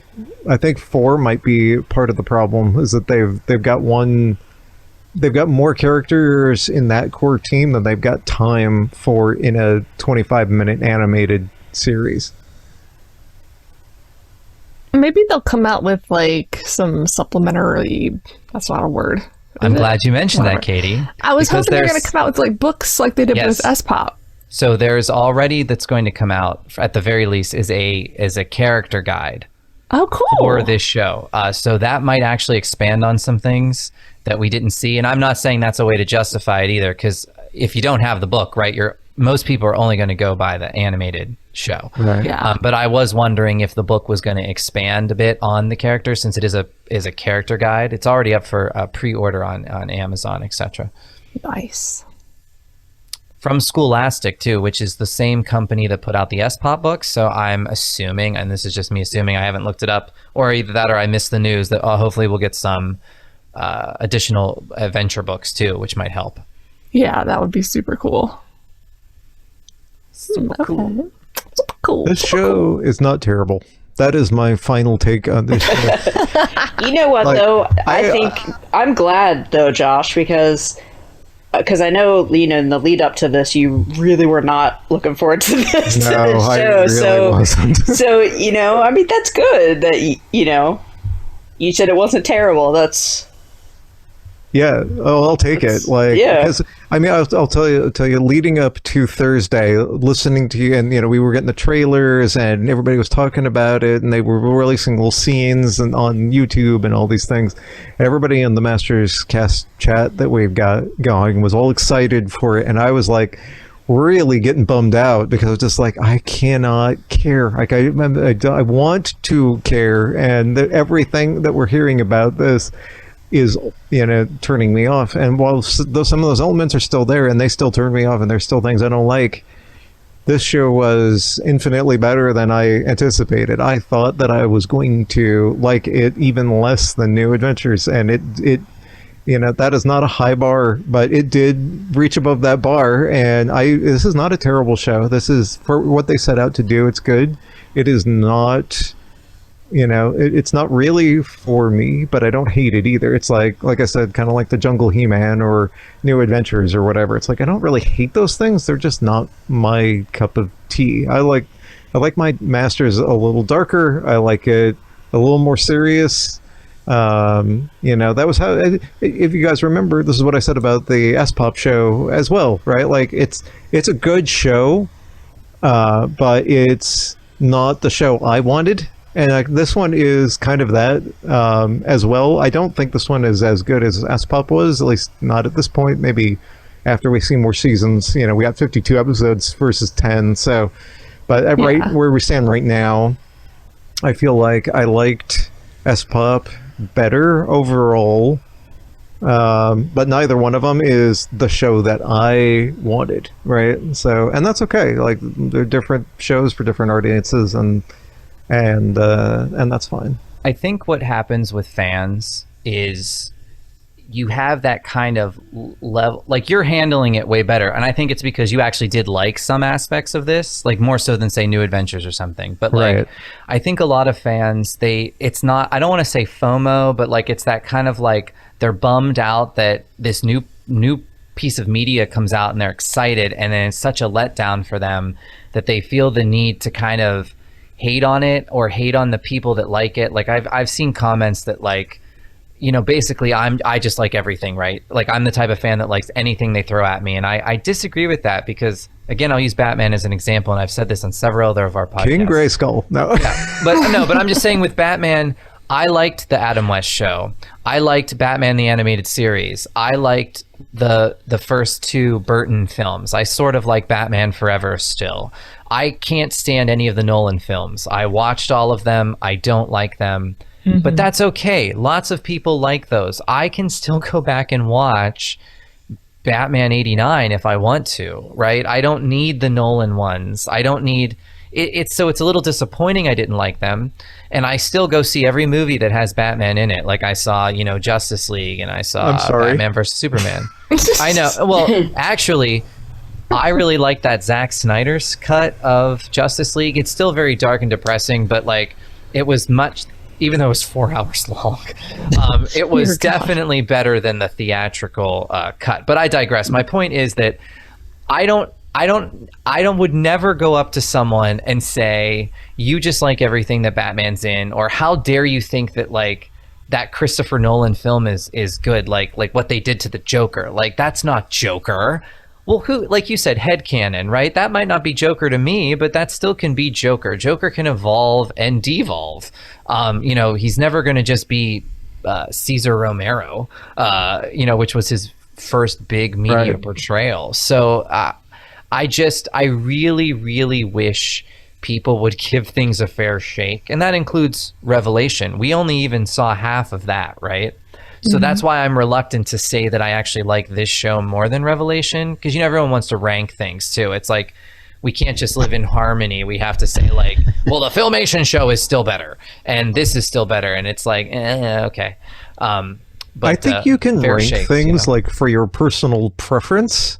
Right, and that's all it is. But that's all that it means, because the shows are so different, right? Like a show aimed at 80s children and a show aimed at today's children versus a show aimed at adults versus a live action theatrical movie. Like these are different audiences, and comparing them really does a disservice, to all of them. Really. Well, and Martin brought up a good point way earlier in the episode where you said something, Martin, about like it's to the point where they probably were thinking too, like, how many times can we piggyback off of the same story? It doesn't seem to resonate with children, at least 2000X did not, despite us feeling it was pretty fantastic at the time, us being the adult fans. So by taking points of the mythos and kind of putting it in a mixer and giving it some fresh ingredients, I don't think is a bad thing. And again, it doesn't destroy your childhood and your experience with the brand. I think it's more of these individuals just feeling left out and not knowing how to cope with that. Well, and Yeah, I think, ultimately, this series is geared towards kids. Yes. And I think that's a good thing, because if you can bring in a whole new generation of fans, I mean, that's good for everybody, because that keeps the brand going. right, and that means there'll be more of the stuff that's for the adult fans. Exactly. You know? Exactly. So, yeah, I 100% agree. Well, do we have any final thoughts? Anything else you need to say? Let me What? look through my notes. I can't hear you, John. I have a microphone, you don't. This is Blasted antiquated technology. I need to go back and add in some microphone feedback sound effects. Yeah. There you go. This show was definitely, better than I expected. I'm glad I didn't hate it, and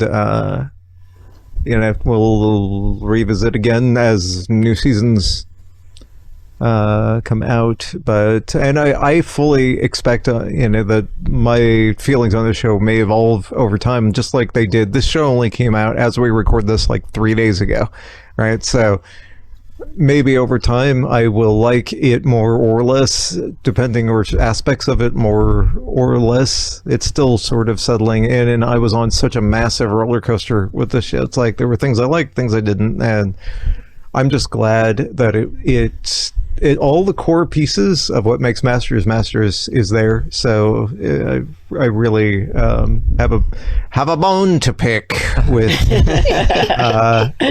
fans who say it's HeMan in name only. It can not be for you, and that's okay. I don't really think this is for me, but saying it's not that it's HeMan in name only is an idiotic statement as far as I'm concerned. Agreed.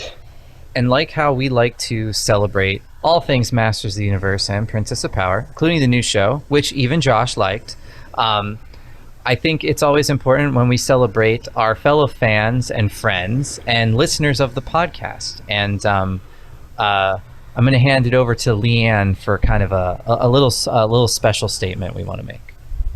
About a week ago, our friend Darren Filsell passed away suddenly, and I'm still pretty much in shock because I've known Darren for over 20 years. Like, we met on the Grayskull mailing list back in the day. Like, I remember having like all these discussions with him when I was still in college. We would write these long emails back and forth to each other, and then with Facebook and stuff, we were Facebook friends. We talked on the phone. He's part of a podcast called the Toy Power Podcast, and I mean, if you listen to that show, which is excellent, he's just a wealth of knowledge about all things pop culture, and especially Masters of the Universe and Batman, Ninja Turtles, all sorts of stuff. I mean, he was just such a knowledgeable guy, a genuine, sweet person. I mean, he would do anything for anybody, and so it's a big loss to the fan community as a whole, because I know a lot of us knew him and have interacted with him in the past. So I just want to extend our condolences to his family and friends and the Toy Power podcast crew. We're all definitely going to feel the loss. Absolutely. I was just as shocked as you, and you've definitely known him longer. I don't necessarily remember him from the mailing list, but I think on the message board maybe where we connected. I'd never talked to him on the phone. I didn't have that pleasure, but I loved hearing his accent anytime he would send me, I think he would send me like voice clips, or maybe he was a guest on other podcasts at other times before they started, the one he sadly just left unwillingly. But I was always like, oh my God, I love your accent, because he was from Australia, and I am just addicted to British and Australian and New Zealand, all those accents. And he was always so surprised, like, really? I think I sound terrible. And I'm like, no, honey, you sound amazing. He would always, not to say he was down on himself, but he never, I don't think he ever believed in his strength as much as I did. I remember several times him downplaying things he would do or say, and me reassuring him and just saying, like, guy, you are doing so much. Like, he worked in like social work. Like, he was a stand-up citizen in his community, in his country. He was taking care of his elderly parents at one point. He had a lot on his plate, but he would still reach out and check on me and other people and see if we were okay, even though he was dealing with a lot himself. So that kind of selfless individual, you don't come across very often in a lifetime. And I'm super sad that another one has gone way too early. And I wish, I had taken more time to get to know him. And, there's always that hindsight, once someone has passed. But he, when Rob, we lost, our fan buddy Rob several years ago, he actually messaged me about that and said, I forget exactly, I put it on Facebook, but now I'm going to forget what he said exactly, but it was something along the lines of, even if you didn't specifically tell the person what they meant to you, they know in other ways, because they're able to pick it up from other interactions and so forth. So wherever you are, Darren, I hope you picked up on how much love was felt for you from Leanne, myself, and from anyone else in the fandom who had the pleasure of knowing you at all. You are going to be very, very sorely missed. Yeah, he was humble. He was positive. And I mean, he was always such a very nice kind of online friend, and always very supportive of the podcast. And like Leanne, I remember him from the mailing list, but more so like you, Katie, on the HeMan.org forums. And he was just a stand-up guy. And we've had some losses recently in the fan community, and it's very sad. I think a lot of people are taken before their time, and I just felt it's always nice to kind of acknowledge them, and just even how they were a positive light in our lives. So a great legacy, and I definitely, like Leanne said, I echo, check out the podcast that he was involved with, just like he would check out ours all the time. So he will not be forgotten, let's put it that way. Definitely. But on that note, we always thank everyone for downloading Masters Cast, since we've been on 16 years now. So thanks for sticking with us, even though we don't have a regular recording schedule all the time.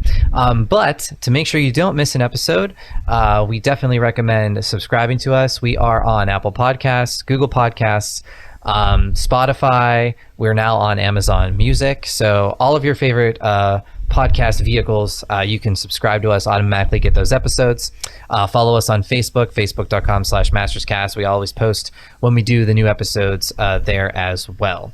So thanks for downloading. I am John Kellis, also known as The Shadow.